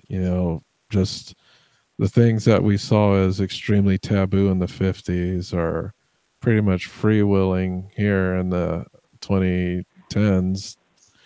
So there has been like some small cultural changes. It's something that's very small and incremental. There's not going to be a huge cultural change that can happen outside of a human disaster of massive proportions. But I would say cell phone culture is something that is pretty dramatic and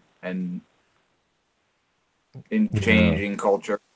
Yeah, internet's had a giant impact on how the culture has changed. Like the access to information, good or bad, that everybody has. Like we have access to, uh, if you want to learn calculus, you have access to that. If you want to watch porn, you have access to that. So It's there like are. it's like Go it ahead. created the problems and the answers, but we just have to mature and figure out how to sort them out. It's so new that nobody's got the handbook for how to utilize the internet, in an efficient, non-harmful way. So right now we're both harming ourselves and teaching ourselves, and hopefully we'll teach ourselves enough to stop harming ourselves soon. But I certainly feel like there are both the answers and the problems sort of in the cell phone culture. Yeah, To be so honest. it's like America has an obesity problem, and then you can translate that problem to the internet. Like there's some type of excess that we're not really aware of that's causing cultural damage. Um, and it's just that we're not aware of it. Like we know about what is making everybody fat, it's sugar and carbs, but as far as like how much of a psychological impact the internet has on society, that's not something that's uh, that I've seen a whole lot of studies on, at least.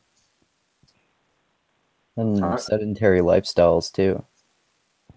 Yeah, and also the other problem is that the internet also restricts our social, like our physical social interactions. So I'm not sure how much that has a impact on how we treat each other as humans. I think being in the presence of people definitely would have some type of impact as far as how you would treat some people. If you spend most of your time just, staring at walls of text that other people have written, like on Twitter or things like that, without any real interaction, then I'm assuming that that could probably cause some type of psychological deficiency in somebody.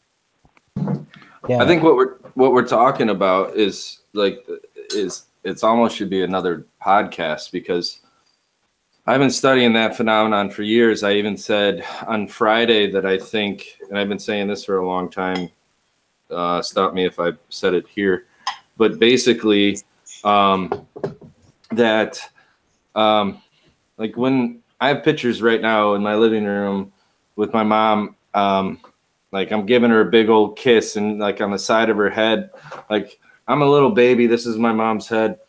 And on the back of my head, she has a cigarette right here, right? So it's like, right? It's like early 80s. Nobody gave a shit. It's just whatever. Early 80s, that's what it was, just the way it was. And I think that we're going to look at people looking down, this isn't a cell phone, but looking down at their cell phone in about 5 to 10 years. When we look at that, we're going to look at that picture the same way.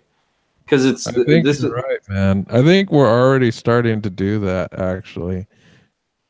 You see that when you go out in public, like I remember, like even like 10 years ago, if I would go out into the real world, into a public place, people would like actually have their heads up and looking around and stuff. And now most of the time people are they have their heads down looking at their phone whenever they're out in a public place, even if they're like hanging out with their friends in a public place too. Yeah, this should almost be like a completely different podcast, because I want you guys to get Dave Rushline on. who is kind of like the foremost provocateur of that's been talking about this, and he said this early 2000s on PBS, and I haven't tried to contact him, but I was thinking about contacting him for you guys. But it's plainly obvious that the activation of dopamine, the using of like Skinner's psychology is all wrapped up within like cell phone and technological culture right now. So it is a huge subject that I don't know how close it relates to guns, but I could go on for hours on just that. It's pervasive. It's changed.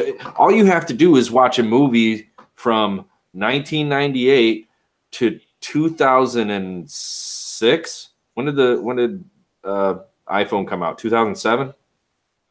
Well, I'd say 2007. 2006 is when it really took off. Well, that's when really handheld smartphones took off in general. No, there was only the iPhone. I remember my buddy first having it when I moved out. He was in DC. It's like right where you are, Dusty. That area, and it had to have been 2007 or 8. So, we have these. We're talking about technology. Let's use technology to find out when this I sucker just think when started. the modern smartphone, the modern, smartphone became a prevalent societal thing where even children in elementary school, middle school were looking for these as Christmas presents. That's when basically, it didn't come out till June No, 9th. kids weren't involved with the whole smartphone thing. So I think it's more like once it became a cultural norm for everybody to have some type of tablet or smartphone, that it really kind of turned Right, society. But it's not. It used to be PCs and stuff.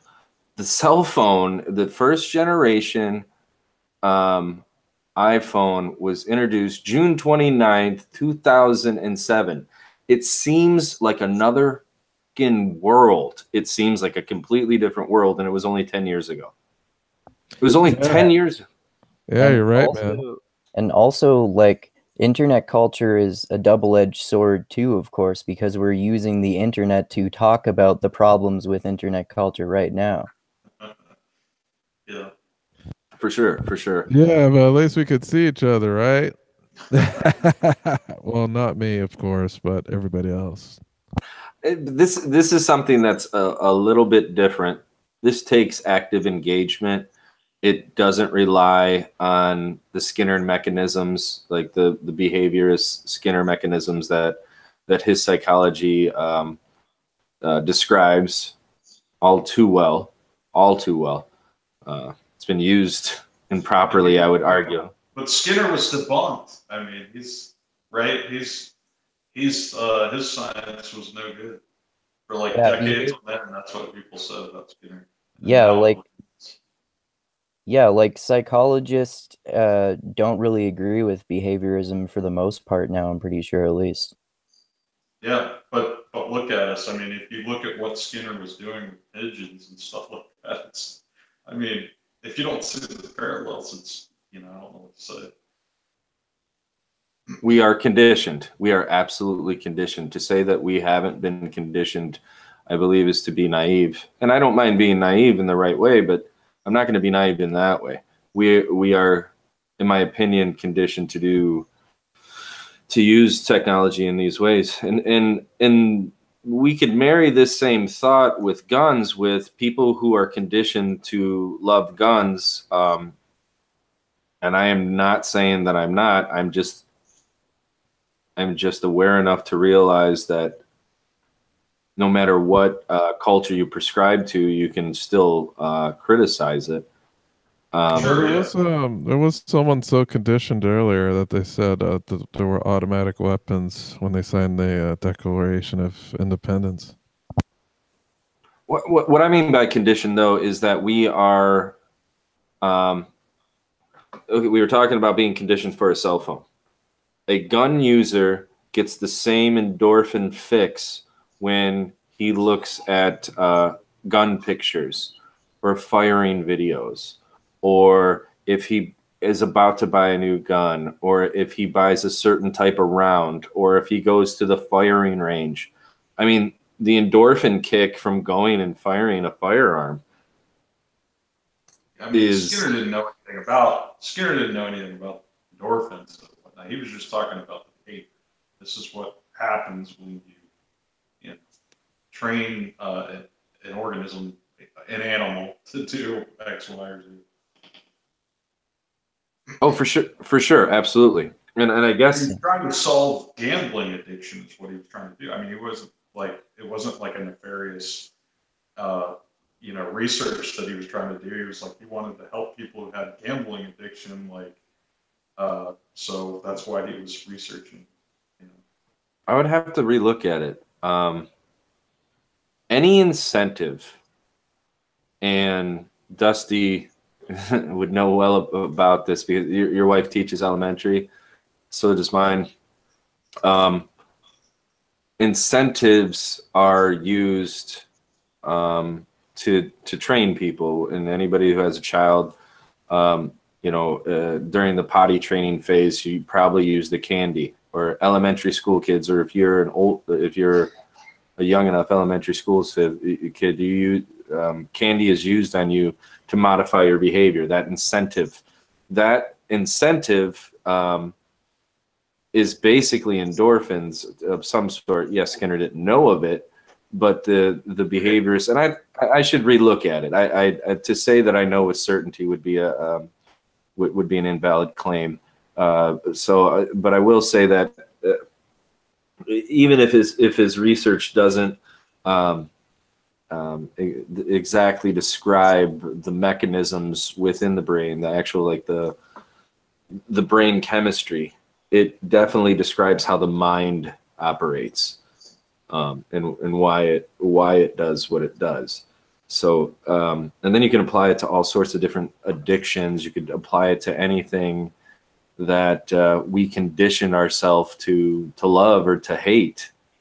I think what media does so well in current time, and that's why when we talk about breaking culture, you're talking about breaking this fixation, and it's a fixation on safety. It's a fixation. I mean, this. I didn't get to hear Parker. I really wanted to talk with Parker, but it's a fixation like in Isaiah on like cars. You think about souping up your car. You think about getting this done to your car. Well, you can do that with your gun. You can get tricked out sights. You can get different handles. You can get lasers. You can get lights. You can get it. The list is endless. You could be go gadget frickin' anything you want to be. Yeah, if you're a nerd like me, you'll trick out computers. So it could go towards any particular interest. You can trick out some type of possession for. But with guns, it's a little bit different because you have this sense of safety that this thing will save my life and my family's life, which I'm not disagreeing with necessarily. But what I'm saying is, if you trick out your computer, it's still just a computer. If you trick out your gun, you feel safer, which plays upon the. I know, but Julian Assange wouldn't just say it's just a computer, though. What do you mean by that? I mean, like in terms of cyber terrorism? Yeah, where were you going with that, Dusty? So you're saying Julian is I'm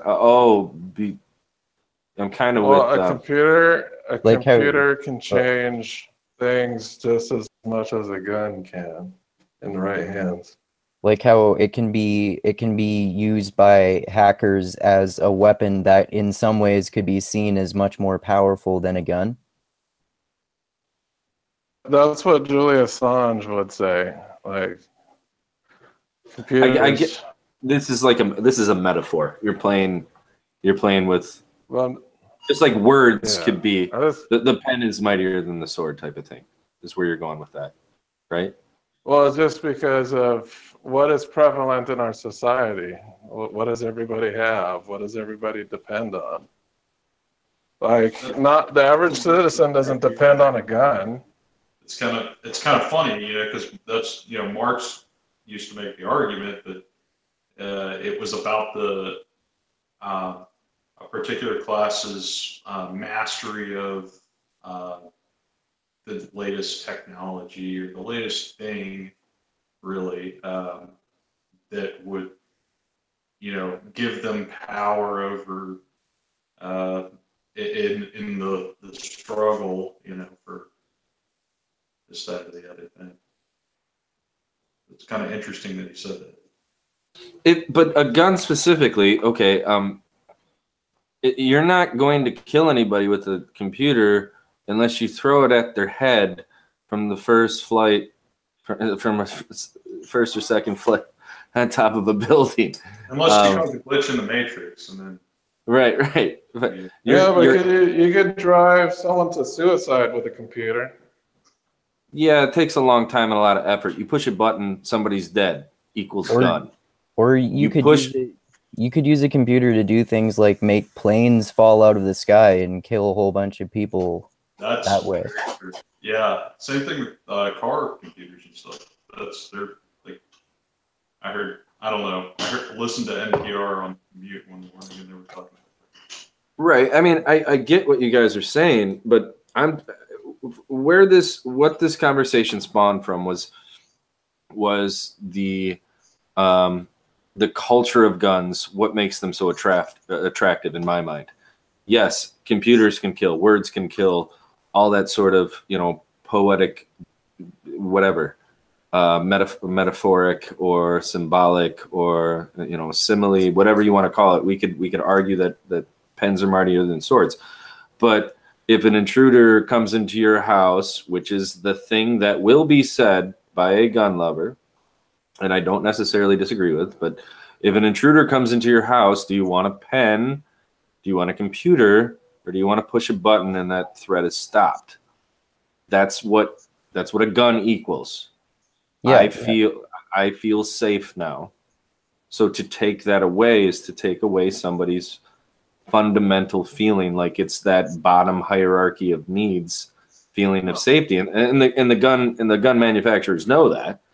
So okay, that's one aspect of it, right? But I mean, the other part of it is that they're, you know, the other part of talking about culture is that you've got people who have family heirlooms, people who have traditions of spending time out in the woods and an interest in hunting, or for people who are not interested in, you know, hunting, they're interested in, you know, target shooting or something like that. That's just a kind of activity, like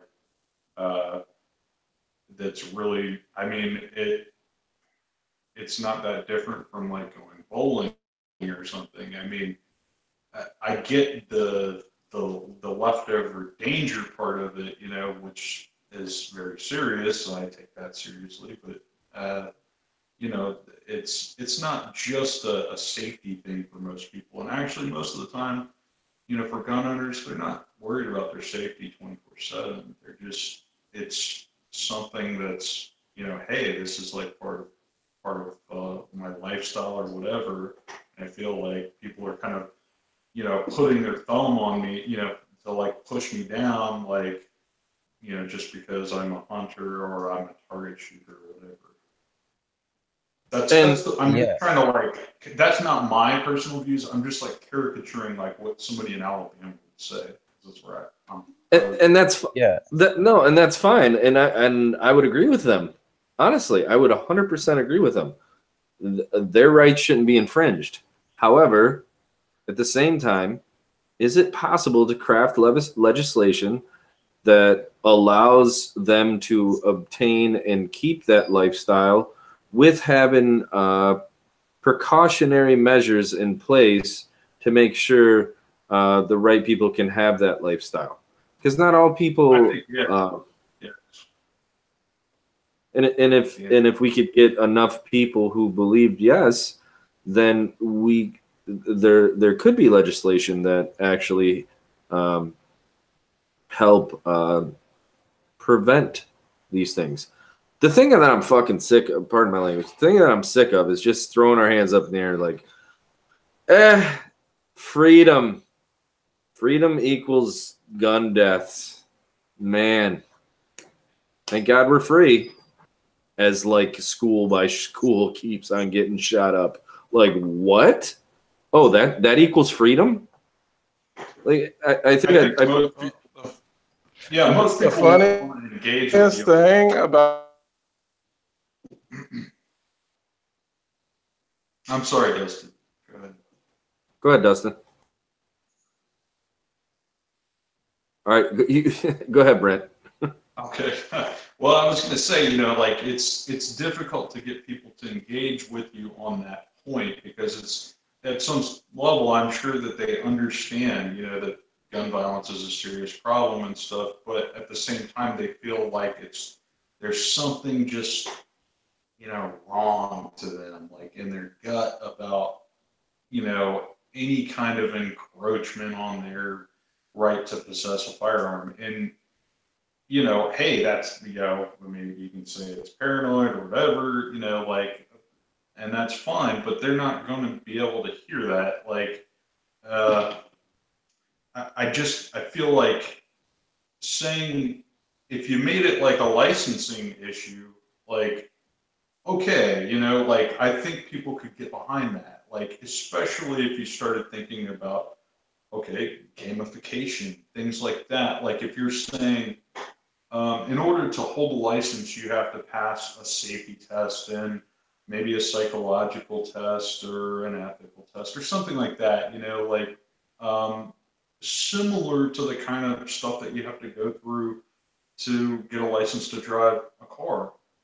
You know, that seems practical to me, like, and it seems like something that you could actually get people to be on board with. And especially if you want to talk, I mean, you were talking about incentives, you know, the gamification thing is an incentive. Like if you try to make it a status thing to be like more, you know, I don't know, more safe or more like knowledgeable about, you know, safety and firearms and stuff like that, like that's a way to kind of influence culture. Yeah. This is why like making a policy change won't necessarily change the culture. However, to your point, Willie, I think that it is probably possible to make policy changes that would have positive results. And I wasn't disagreeing with you earlier when I was talking about how like someone with a laptop could make a plane fall out of the sky. Obviously, of course, like if someone broke into someone's home, they're not going to throw a laptop at them or something. If they have a gun, they're going to want to use a gun. I'm just saying you could look at it in both ways. Yes, of course. Yeah, absolutely. I don't need. I do appreciate that. I don't need to. I learned more from being wrong. Nobody ever learned anything from being right. So totally. I don't mind being wrong. Well, you're not wrong. I mean, I wish I was more often. No. No, but the thing that drives me crazy is I think that we're like starting to put our finger on it more and more, and it just comes down to like building a consensus and building a coalition around that consensus, and then driving common sense policy. And common sense is an overused word, so I'm not even going to use that. Driving policy that makes sense to the majority of people. And I want so bad to be able to talk to enough people that it begins to matter, because it doesn't. People aren't in schools, people aren't getting shot up day to day. It's not until they are involved with some sort of fringe actions, like some of the students at my school, like the Kalamazoo shooter. that they become, I guess, radicalized. Otherwise, we're just complacent. America will only do the right thing when it's exhausted all other options, it seems, like the quote says.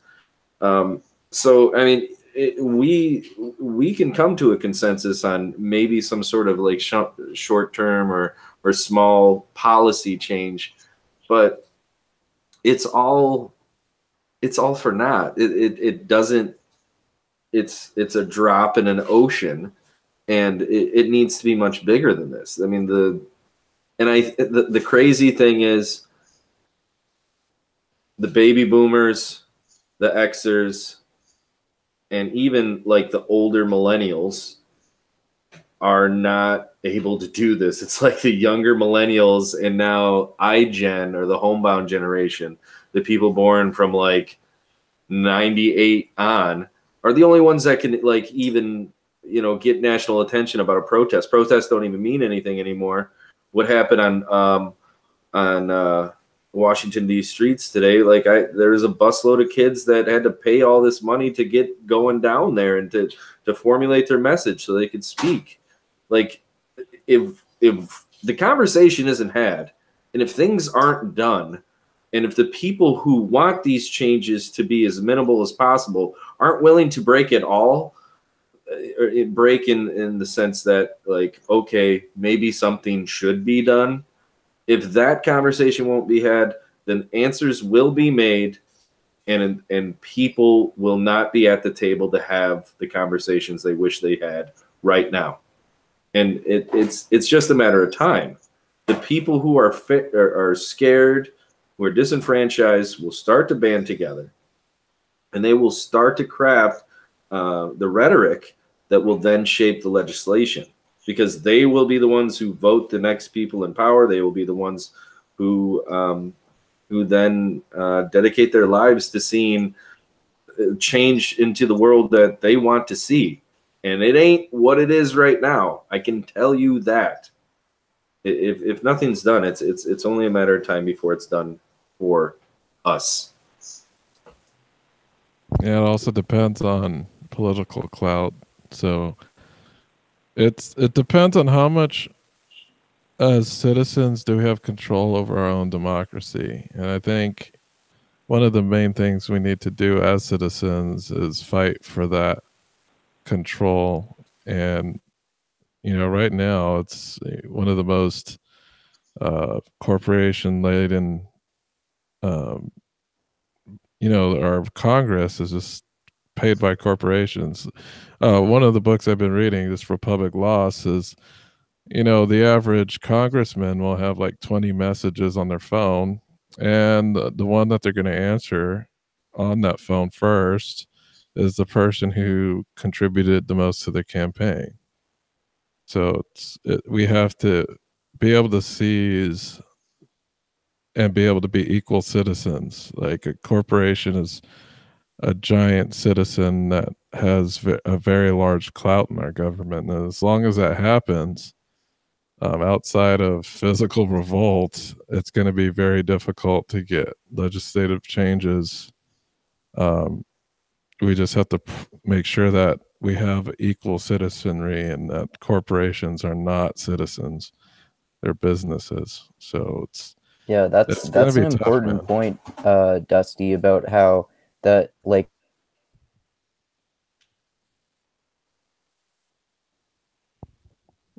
did you freeze out there?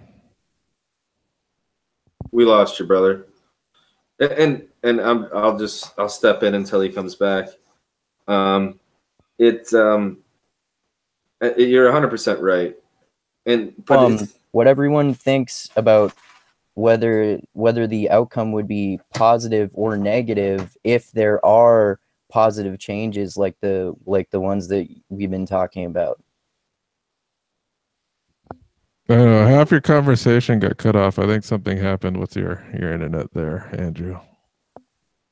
Oh, what part did you catch? Just like the last 10 seconds. Oh, okay. I was just talking about how your example, Dusty, to me anyway, shows that it's not like necessarily corruption in those scenarios. It like provides natural incentives, like you were talking about, Willie, for the people who pay that congressperson the most, that they'll get that person's attention more. And then I was just asking all of you about whether you think that the outcomes will be positive or negative if these changes actually do happen, like the positive changes that we've been. Well, it really depends. So if you're looking at like all the protests now, you have to view it as, does this social unrest have such an effect on me as a political candidate that it wouldn't get me elected next run, as opposed to with the money that I'm getting from, advocacy for gun policy, is that going to get me my reelection, or is it siding with the individuals who are very upset about this policy? And the thing is that the people who are upset about the policy, they're not contributing to the candidate at all. So what gets a candidate elected is how many people they can reach and how many funds they can raise ultimately. And they basically will answer to the people who will get them the most funds to run their campaign to win an election. So when they tally the list, they're going to look at, okay, what is the group that's I'm gaining the most benefit from getting elected, and then they're going to target that group and basically bow to the whims of that group, whether it's a corporation who provided the money or if it's, a union or what have you. So let's go ahead. Hold on with that. I mean, studies indicated that for a long time, the one who raised the most funds was the one who won. But that's not always the case, and I don't believe it will continue to be the case. No, I don't either. And that's simply because of, you're not tied to traditional models of advertising for your campaign. So, what the traditional model was, make a bunch of TV commercials,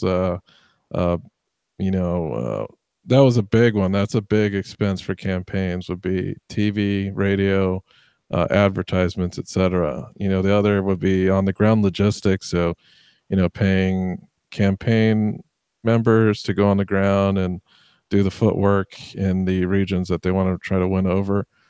But as far as like getting the word out, yeah, it's definitely changing. I know Bernie has showed us that you can run a campaign without having a shit ton of money and reach a lot of people. So I think things are changing for the better, but there's still the current president didn't need advertising funds.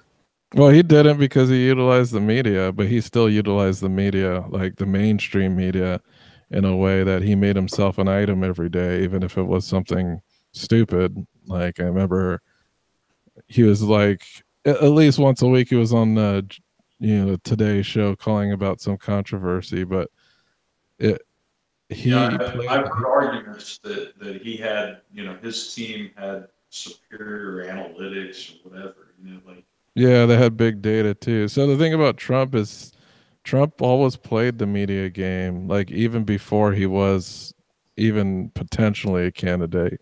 Like a lot of the things that he did, like even some of the strange business decisions he made were all about getting media attention. Like I've saw a couple documentaries, and it shows that he has a very long history with manipulating the media for his own like purposes, just to get notoriety. It didn't have to be positive or negative. He just wanted his name to be known. Yeah. That was a thing for him. Yeah, it seems like he follows the any publicity is good publicity philosophy. Because it's true. Yeah.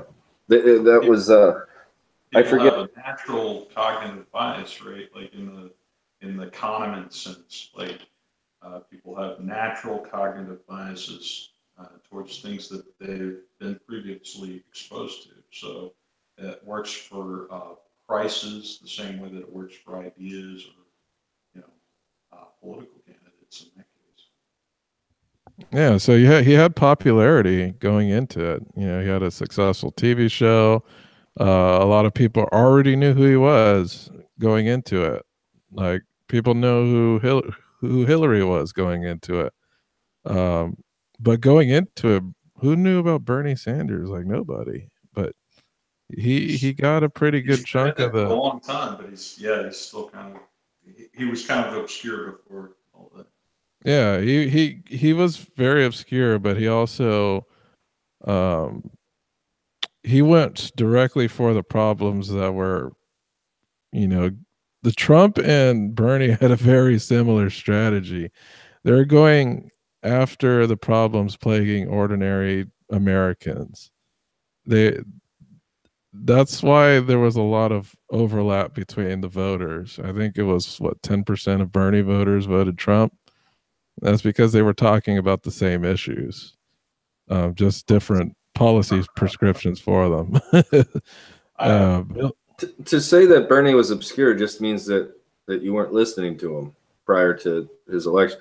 I mean, I'll give you that. My jaw dropped when he entered the race, but I had been following Bernie Sanders as much as I'd been following like Elijah Cummings right by you. Obscure Elijah Cummings. Yeah, I was just trying to say, like, as far as like in the eye of the general public, I mean, he was less well known certainly than Donald Trump or Hillary Clinton. Yeah, if you weren't politically involved in anything, you would know who Hillary Clinton or Donald Trump is. Like if you were just like a non-involved, you know, working class person who didn't really, you know, care about politics too much, you wouldn't really off the top of your head know who Bernie Sanders was unless you did some digging on the internet. You know, he didn't have a lot of media time, at least mainstream media time. He's had a lot now. Past the election, he's gotten a lot of popularity, but before the election, you know, aside from the debates, he didn't have that familiarity that the other two candidates had. Just like Kasich, though. I mean, like Kasich, well, he turned into something crazy, like that thing that he's got going on with the teachers of Ohio, where they got to shadow a real job. Are you kidding me? But before that, Kasich was like, he's a decent legislator. He was. There's a lot of them. There's it was the woman from Maine who had black hair. She had good legislation. Yeah, but these people aren't nationally known. Like, I get it. I know. Yeah, like everybody knows who Trump was before he was a president. Everybody knew who Hillary was. Like, even if anybody, you could say, "Oh, who's Hillary Clinton?" No, oh, she was the first lady. Like, even if they didn't know that she was running for president, she had like a pretty public past that everyone was aware of. And that's the sad thing to me. It's like, and this isn't going to work for long. Like, we got 15, 20 years top till all the baby boomers are dead. The youngest baby boomers are 62, right? We got 20 years till they're all dead. Xers are then going to be the ones that are 62 at their youngest. Millennials will be 40 at their youngest. And the iGen. Like, this is a cyclical thing, right? But right now, it was used, and you could argue, so is the gun argument used to perpetuate a state of feeling. And you can argue about what state of feeling that was, but it's pretty obvious what was used in certain campaigns. And you could, and we can, it's easy to dissect Obama's, because it was just like hope, change, because that was his slogan. Hope and change. The funny thing is that both Bernie and Trump were feelings-based campaigns. Like, that's what their campaigns were based on. That's why they were able to fire up a lot of people. Sure. Like, if you think about Hillary supporters, they didn't seem like totally like fired up about, you know, I don't remember like a bunch of like Hillary Clinton like appearances where there were like thousands of people in the crowd. They existed, but it was I get the same feeling. Like to me, it feels that way when I look at Hillary Clinton. I'm like, how could anybody be excited about? But I knew people who were just like gung ho, Clinton people. Okay, but this is goes to the what the hell is it? The MMA, is it like the death of the scientist or death of the hero, or what? You guys have a thing? Help me out with that, Dustin. You probably wrote the thing. Death of something? What death of what? Maybe it's not the death of something, but it's like death of bad ideas. No, it had to do with you have a hero, or you have an expert. Does it kill your sacred cows? Sacred cows, yeah. Well, that's one of them. No, but it's the expert one. The one that had to do with experts. I think I remember. I know what you're talking about, but I don't know the quote offhand. Okay, so the point I'm trying to get to is, why aren't there crazy maniac filled up for Neil deGrasse Tyson or Henry Louis Gates Jr. or we American culture fixates on money and looks. Take those two things away from some of the most famous people and you lose an entire network. I think it's the E network. Money and looks. Like seriously, and it's so popular that there's a channel based on it. So when we're talking about like, oh, they weren't known or they weren't, why should you get that freaking excited about? Well, I get excited because I love intelligent people, but why should you get that excited for somebody that why should an average American get excited for somebody that graduated Harvard Law, summa cum laude? Why should you get that excited for an astrophysicist or somebody that invented some sort of thing that's going to make life easier in third world countries? Like, that isn't celebrated in American culture. That's not cool. What's cool is dollar bills, y'all, and freaking stupid crap. And so, or at least right now it is. And then you get the fixation on that. Then so the fixation becomes on that. The coalition becomes who has the most money and who has the most fame and who has the most power. And that's what the last coalition was built around. I am arguing that right now it is being crafted a new coalition. I don't know what it's for yet. I do know that it's developing. And if people don't get on board to change it or direct it, then they won't be a part of it. That's a total. Whenever you deal with some sort of like predictions, you run the risk of being wrong. But I'm predicting that the younger generation is not going to do things. I mean, they will fixate on the money and the fame. I think that's going to stay consistent, but they're not going to fixate on otherisms. They're not going to fixate on because you're you and we're them, we hate you because we're them. I remember feeling the exact same way when I was like coming of age. It was a shock to me the first time I met someone my age who was like sympathetic to white nationalism. And it was really like depressing, like to see that happen. And it wasn't because like his parents were that way. It was just like he just fell into that. And it's like, where did this come from? Well, it came from the internet. It's messed up. I would like for that to be true, but I don't know it. I don't know that it's going to be true. Go ahead. What are you guys gonna do if Kim Kardashian becomes the next president in 2020? I don't think that would ever happen, man. Yeah, that I'll be that gone. wouldn't happen, man. See you later, America. It's been fun. I tried hard, but You guys can all move bye. up here to Canada with me. You're all welcome. Yeah, I'm that no joke. I won't be here. No, that wouldn't happen. Well, No, and same with Oprah. I don't think that's gonna happen, man. right, yeah, that's ridiculous. We have to get. Unless she's gonna give me a car and everybody else, then yeah, I'll vote for her. But if not, then I don't think so. Everybody gets a car.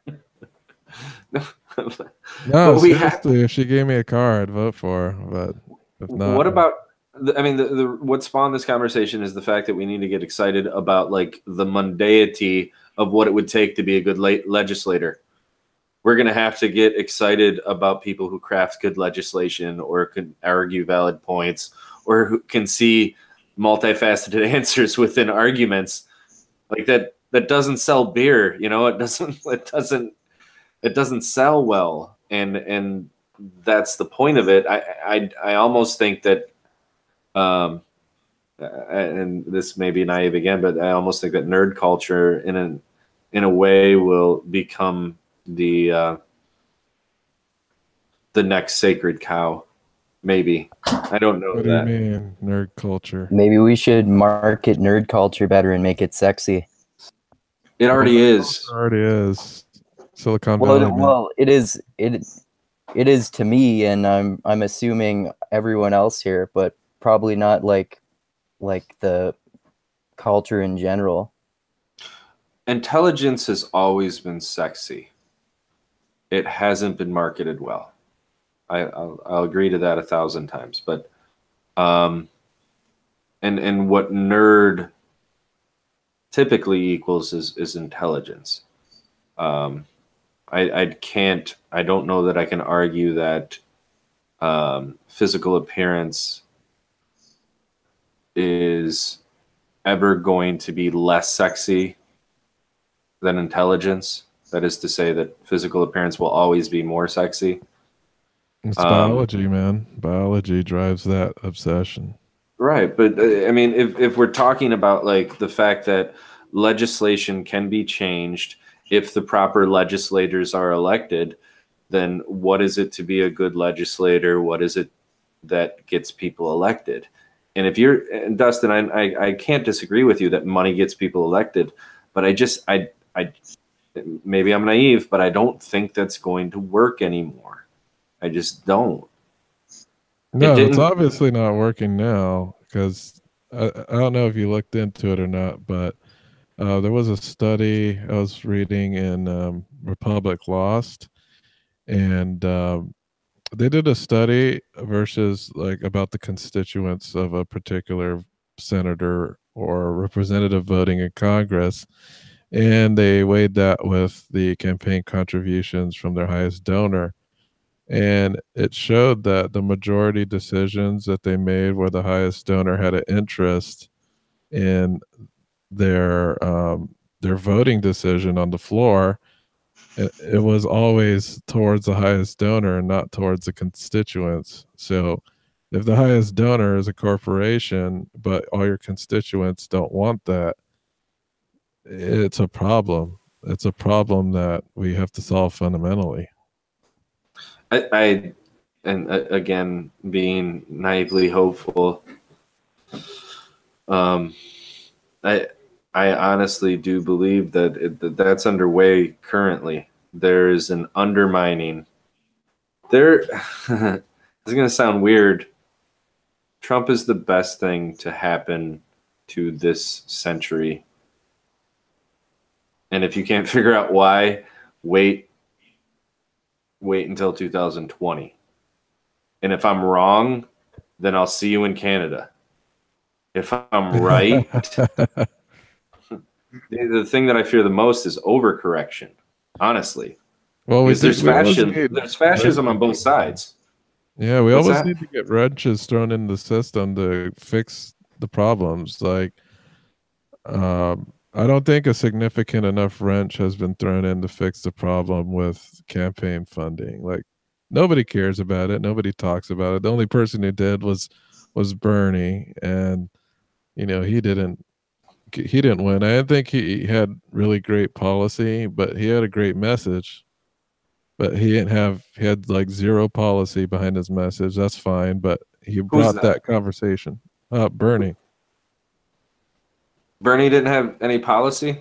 No, really. He didn't talk about policy much. He just talked about he wanted to end the war. He wanted he had policy, I guess. I mean, nothing policy, more. I mean, like specific, like very specific. Well, all right, like if you take Hillary had like an encyclopedic knowledge about her own policy and what she would do very specifically. Bernie didn't have that on lockdown. He had like very general, unproven like policy prescriptions that sounded like pipe dreams, like free college for everybody. You mean like a wall? Well, that too. I mean, he said free. He said just pipe dreams. Well, the wall's a pipe dream. Come on. But free college for all. When you look at you just have to decide who we are as a country. If we're a country that's willing to spend 3% of our GDP on education, federal funded education, obviously most of it's from property taxes and the like, but 3% of our GDP on education, but what, 65% on defense? Well, yeah, I guess we can afford free college. If you have free college for all, then what does a degree get you if everybody has a degree? To the next level of what the world is coming to. High school. I mean, we should really do a different way of doing high school. Not everybody is college material. Like some of the most successful people. What if you considered trade schools starting? That's fine too. Yeah, right, but starting that sophomore year, ending 4 years after, which then would be basically an associate's degree. Well, you know what I think would be more effective and probably less cost intensive would to make all trade schools free. Like imagine that all trade schools free. But why start and stop there? Why start and stop there? Well, because it's a smaller experiment that's probably more financially feasible. We can sell that easier. Let's do the one that we can sell. It doesn't matter. I mean, I dig it. Look, when you're going to goals, when you're trying to get things going and to accomplish goals, you got to increment them. Like it's easier to do a smaller experiment to see if it's successful, and if it's successful, apply that smaller experiment to the larger, more intensive. Because if you did trade schools for all, of course, it's going to cost less for the government. If that is successful, then you can apply that to a larger machine and see if that'll work. I just say start smaller and then work your way up. That's all I'm saying. The best part about trade school for all is the rhetoric panders to the constituency that free school typically wouldn't pander to. And then once you get that constituency to see the value, then yeah. But the fact, I mean, it should only be a hypothetical argument that should be able to make people see that more education in whatever one field paid for by taxes that are taken from us, and libertarians would argue that they're stolen from us, have a net positive on the society at large. This is I mean, if you wanted to really, if I was to choose what I am, I guess I'm an Eisenhower Republican, because Eisenhower thought of everything as national defense. Because I tell you what, if we keep on doing the shit that we're doing, the way that we're doing it, we're going to be weak as shit. So, hey, let's, educate people so we're not a bunch of idiots who could be easily manipulated. Hey, let's pay for an infrastructure that, you know, if somebody were to invade us, we could actually use to protect ourselves. Again, I understand, man, but who builds infrastructure? The people who are going to trade schools. Yeah, Dusty, we're arguing. It's a heated agreement. I totally agree with you. What I am saying, and you know what the rhetorical triangle is, right? The speaker, the audience, and the message. I think so. I've seen that pyramid thing on Facebook that you might be talking about. Right on. Brent, what were you going to say? Oh, the rhetorical triangle is ethos, logos, and theos. Yeah, ethos, pathos, logos. But that ethos, pathos, and logos, you can talk about the emotional plea, the logical plea, and having passion within your plea. That's a little bit different, but it's exactly the same. You're right. But what I'm talking about specifically about the rhetorical triangle is, what if the message was crafted by the speaker for a particular constituency, and that constituency typically disagreed with the person speaking the message. So we're talking about gun control.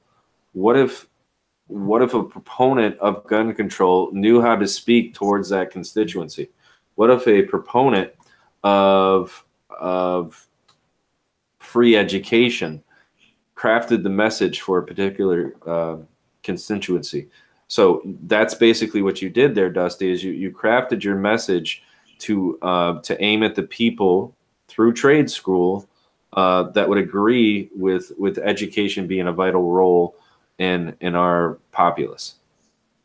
Or if we were talking again about gun control or gun regulation, gun control is a loaded word now, then you craft the language in a way that should be non-judgmental, and it's very easy to have like deductive and inductive reasoning point to that single thing. Like when I was on the news that day, I didn't say guns are stupid, roar, because that's just gonna dig people in, and then everybody's like all pissed off, like, oh no. I said, look, if you're a teacher and you're leaning over a kid, helping them on their thing, you got a gun dangling in their face. That's not good. Like everybody would be probably like, yeah, there's a gun in my kid's face right now, waiting for a shooter, I guess. So it's a matter in the way that we craft the language, and that's what Eisenhower did so well. Everything is national security. So DARPA's formed. DARPA helps create the internet, creates self-driving cars, competes with Sputnik. I mean, DARPA, made by a Republican, is some of the most socialistic ideals that have ever been made. Just like Roosevelt. Roosevelt's the best Republican that's ever existed. Well, he made socialized national parks. He made I'm talking about the first Roosevelt. Teddy Roosevelt. Right. So it is long. Got shot in the chest and made a speech after it. That's the man. I'm a big fan. Like those Republicans are amazing. Those are the Republicans that should exist. Those Republicans, I would vote for in a heartbeat over some of these Democratic candidates. Except that a progressive Republican is a oxymoron now. It's just as oxymoronic as a conservative Democrat. So if you could put education under the umbrella of national defense, all of a sudden you have $770 trillion to work with instead of like $3 billion. So yeah, fine. Teach your kids so it's harder for them to get shot. Teach your kids so it's easier for it's easier to find like skilled labor to rebuild our infrastructure, and so on. And it's endless. But you have to wrap it in this like pretty packaging That's the ridiculous part, but that's what it comes down to. There's a End of question rant. from the chat room. Someone asked Kaveda, do you think that March for Our Lives fucked up when they allied themselves with Black Lives Matter? I've never even heard of that before. I mean, why is a political alliance inherently bad or wrong? I don't know. Cause, what's wrong with that? Yeah, I don't really know. I guess if you're coming from like a super right-wing perspective and see all Black Lives Matter as being people who riot in the streets, or I don't know what their deal is, but no, I don't think it is. They have kind of a common cause, which is gun violence. So, could someone please explain to me what that recent thing is and how it applies to Black Lives Matter? You want me to try? Well, I know what March for Our Lives is. It's today in Washington. There's a bunch of high school kids that are taking a stand on gun policy. It's a big protest here in Washington right now. Okay. Black Lives Matter, it's just like an unaffiliated group with no leaders who have different chapters who are ultimately not really connected to each other, very sparingly. Some chapters do retarded as hell stuff. Some chapters do great things. I know what Black Lives Matter is. I hadn't heard of the first part of that. Oh yeah, March for Our Lives is just like some thing that they're doing right now in Washington, in regards to the Parkland shooting. It's kind of what organized the initial student walkout. Are you guys are familiar with the student walkout that happened? Yeah. A couple weeks ago, correct? Yeah, I'm aware of it. Okay. I wasn't. I didn't work at a school, so how did that affect you? It's hard to put into words. I don't want to get all mushy and shit.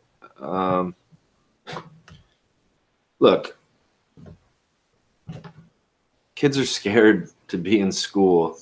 You guys, I don't care if you graduated. If you graduated more than 8 years ago, it's just not the same. I've been teaching this poetry unit for years on end, and I've had a lot of poems about pain. Like pain, just kids get shit on a lot. Maybe even people in this chat have been shit on a lot. And I've dealt with a lot of poems that deal with that. Not until the last couple years have I dealt with poems that talked about being sitting ducks sitting at their desk waiting to die. That's a messed up feeling. Like it's not like they're trying to get attention. It's just what they wrote. I don't know. And what that particular day was. All right. Well, that guy responded in chat, and I'm just gonna say, when I was a kid, I didn't have to worry about anybody coming in and shooting up the class. So, in some respects, being a kid is easier. Some it's more difficult. But as a child, having a child, and I know you probably feel the same way, Willie, is that should never be something that a kid should have to worry about or even be anxious about. What if it's on the forefront of their mind? What if every time you hear... I'm agreeing with you. No, you don't. But it wouldn't matter if what I say I don't agree with or you don't agree with. I'm saying, you know how I believe. If you guys don't know, like when it's not like it's a mantra, but it's something that it's the foundation that I base my beliefs mostly on is to always employ empathy. Empathize with somebody that has a dose of I could die at this moment every time they hear a fire drill or an unannounced tornado drill or lockdown drills, like with the actual, like you see the whites around their eyes, and as the adult in the room, you're just like, no, it's just cool, just go over there. To be put in that place of like of imminent death just by things that are out of the ordinary, we shouldn't be here. We like, how the hell did we get here? I don't care what it takes to get out, but we need to get the fuck out. It's crazy to think about. As far as that day,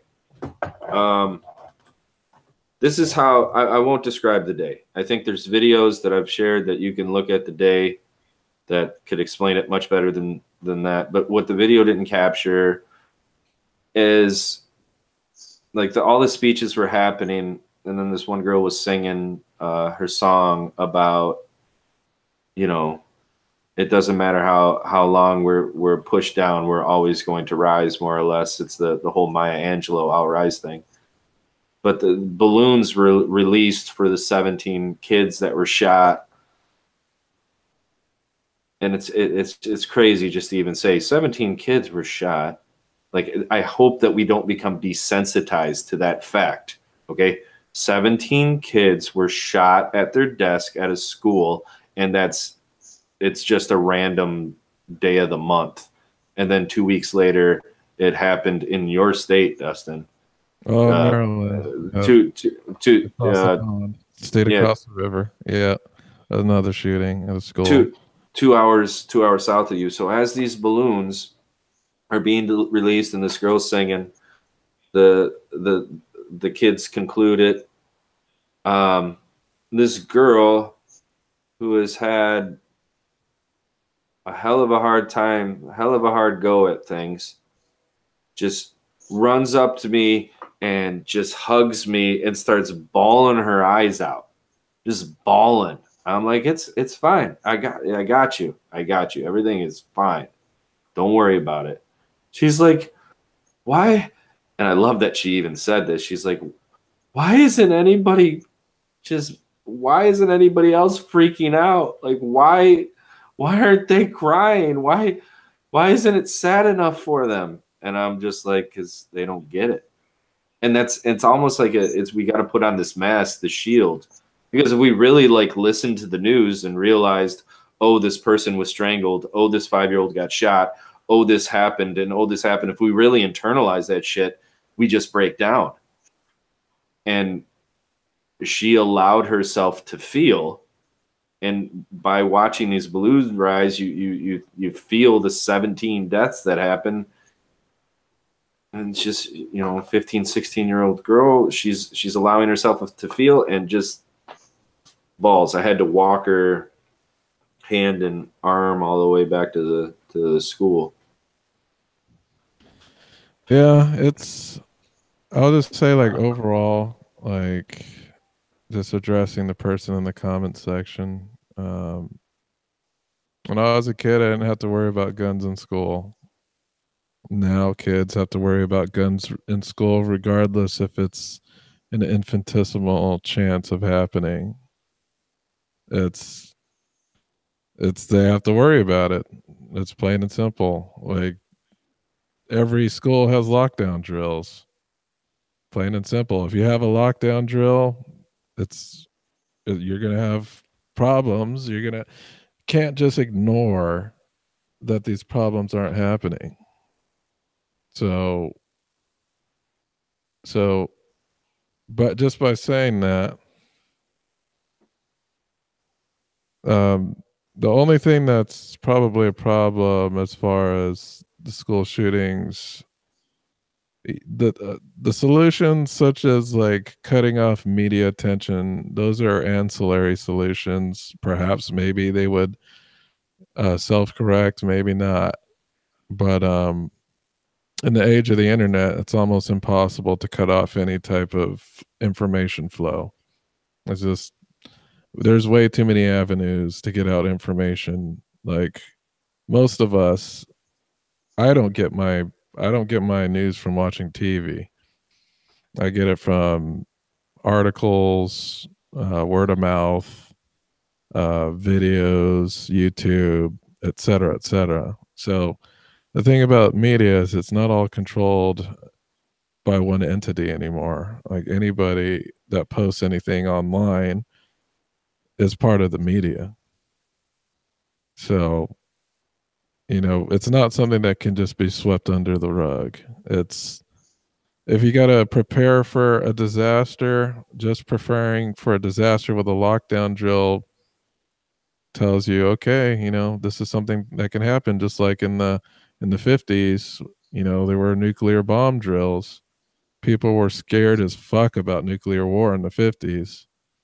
Probably more so than they are about, these lockdown drills. But how likely were we going to get blown up by bombs?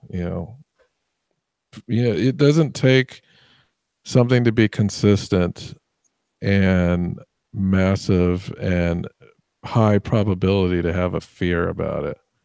Usually the smallest things we have fear about, like terrorists, you're probably the same likelihood to get shot by a school shooter than you are to die by terrorists. Yet look at how we go to war overseas for the small likelihood of you dying by that versus what we're doing for those being killed in these situations at the schools. So the acting on fear is something that's going to happen. Is not easy to curtail, but we should be reasonably looking at all of these things, making sure we're prepared if one of these things ever so happens. But as far as, children marching on Washington, high school kids marching on Washington, they have rights. Why should we impede what they do? They should just do whatever they want. The media runs with it, gives a shit. I don't give a shit about the mainstream media anyway. But really it's a problem for some children to have that anxiety. So that's all I'm going to say about that. And that's why I said that if the people who aren't afraid do not craft the legislation in a logical, clear-headed, non-fearful way, it will be crafted for them. And I mean, just look at the numbers. How many schools participated in that? How many people who are in Washington today? Like, those are votes. Those are votes. And it's either you start to listen or you're not going to be able to vote. Meaning the people, the representatives of the populace at large are not going to be able to vote on that legislation. I mean, there's a million bellwethers that have already gone off. Pennsylvania is one of them. Either you become part of the conversation and you help craft it, or you're not going to have a say. Yeah, and I think it's better just to be, instead of being a reactionary element, just try to get in, see what the concern is. We know the students' concerns are their own safety in their own classrooms, and we've had a ton of different solutions thrown at that, which aren't very good. Like, what was it? Arm all teachers, bucket of rocks. Bucket of rocks. Give teachers a bucket of rocks. Personally, my solution would be to install remote turrets inside all the classrooms and have like a pro gamer control the turret. So if an alarm goes off, pro gamer gets on the computer and they play Call of Duty in the classroom. When they see that shooter come in, they can take him out with those remote turrets. That would be an effective, costly but effective way of getting rid of the school shooter. Just give every classroom drones too. Yeah, give all the kids drones with like machine guns on it, and train the cops to like, just put them in a robot suit and have them, go walking across campus with this bulletproof suit. What are the shooters going to do? Is the bullets are going to bounce off? Or we could just start making RoboCops, man. The thing that drives me crazy about all this is I know really smart people that say follow the money, right? Follow the money, and those people, the ones that typically say follow the money. If we arm all teachers, follow the money there. Who has a huge incentive to arm all teachers? Like, it's okay to be manipulated by one side and not the other. There are fascists on both sides. And if it isn't taken care of, I don't think anybody talking right now at this time is even going to like the results. No, that's for sure, man.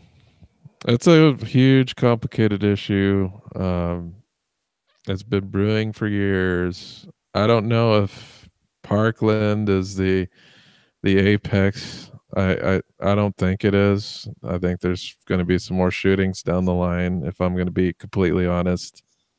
I don't see really.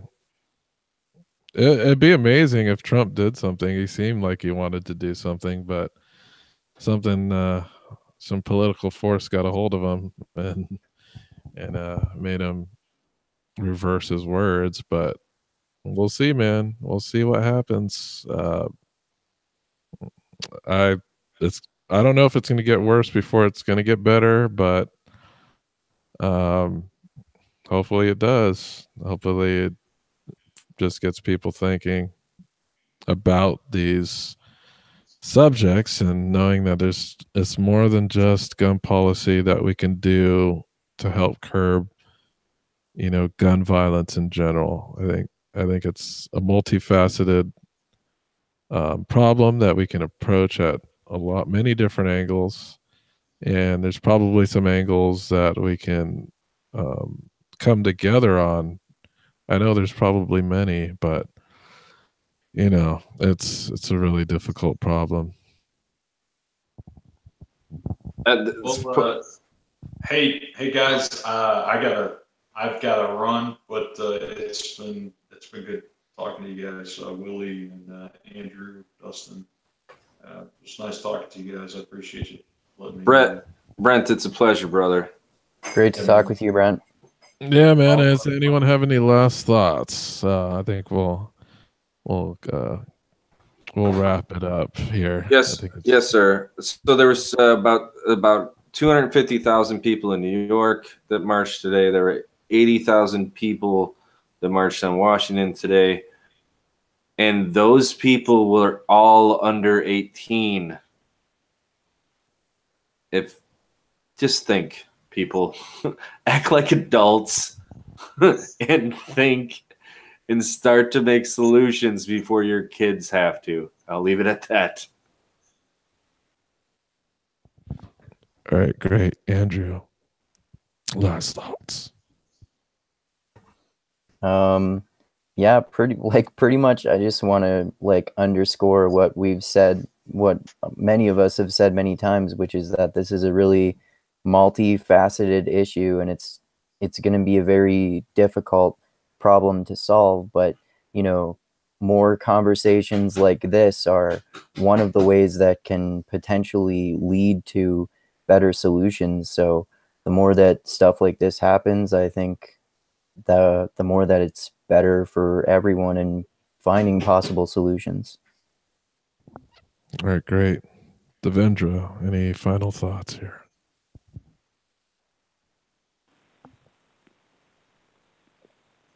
Yeah, I think maybe we shouldn't necessarily rely on kids who, you know, may mature as they grow up and maybe develop a more nuanced solution. You know, it seems like kids are pointing their finger at one thing when we've,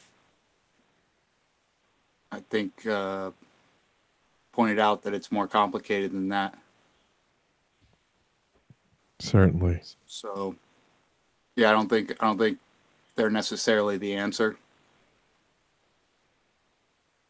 And as far as democracy goes, anyway, you know, we have new technology now that we could be voting on things individually, you know, every time there's, instead of giving the power to the representatives who are then going to represent their constituents rather than the people, why not give the people in their particular locations the ability to try things, you know, and,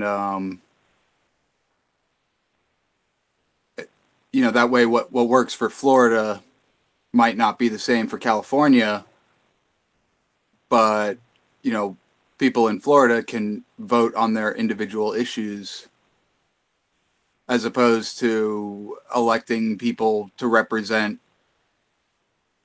over 330 million people. Yeah. Yeah, our system has created a bottleneck where you can attack the bottleneck instead of, you know, attacking the actual populace, which is, yeah, technologically we have grown past our current governmental system of sending one person out to Washington. Like, we've surpassed that by now. I totally agree with you, man. All right. So thank you all for coming. I'm going to go ahead and wrap up our session today. Thank you for everybody in the audience who had participated in the chat room. I did monitor it and tried to pull out what was interesting. And I hope you join us again for next week. We're going to have a discussion on poetry. If you want to go ahead and stay updated with our events, you can check out our website at mixedmetal.arts.online. We do have a Mixed Metal Arts chat section on the website. And you could also subscribe and you will get a notification for the next chat, which is set up for next week. If you want to follow me on Twitter, it's at Woke Centrist. We also have our official Mixed Metal Arts Twitter account, which is at Mixed Metal Arts. Thank you for listening. Have a great evening, everybody.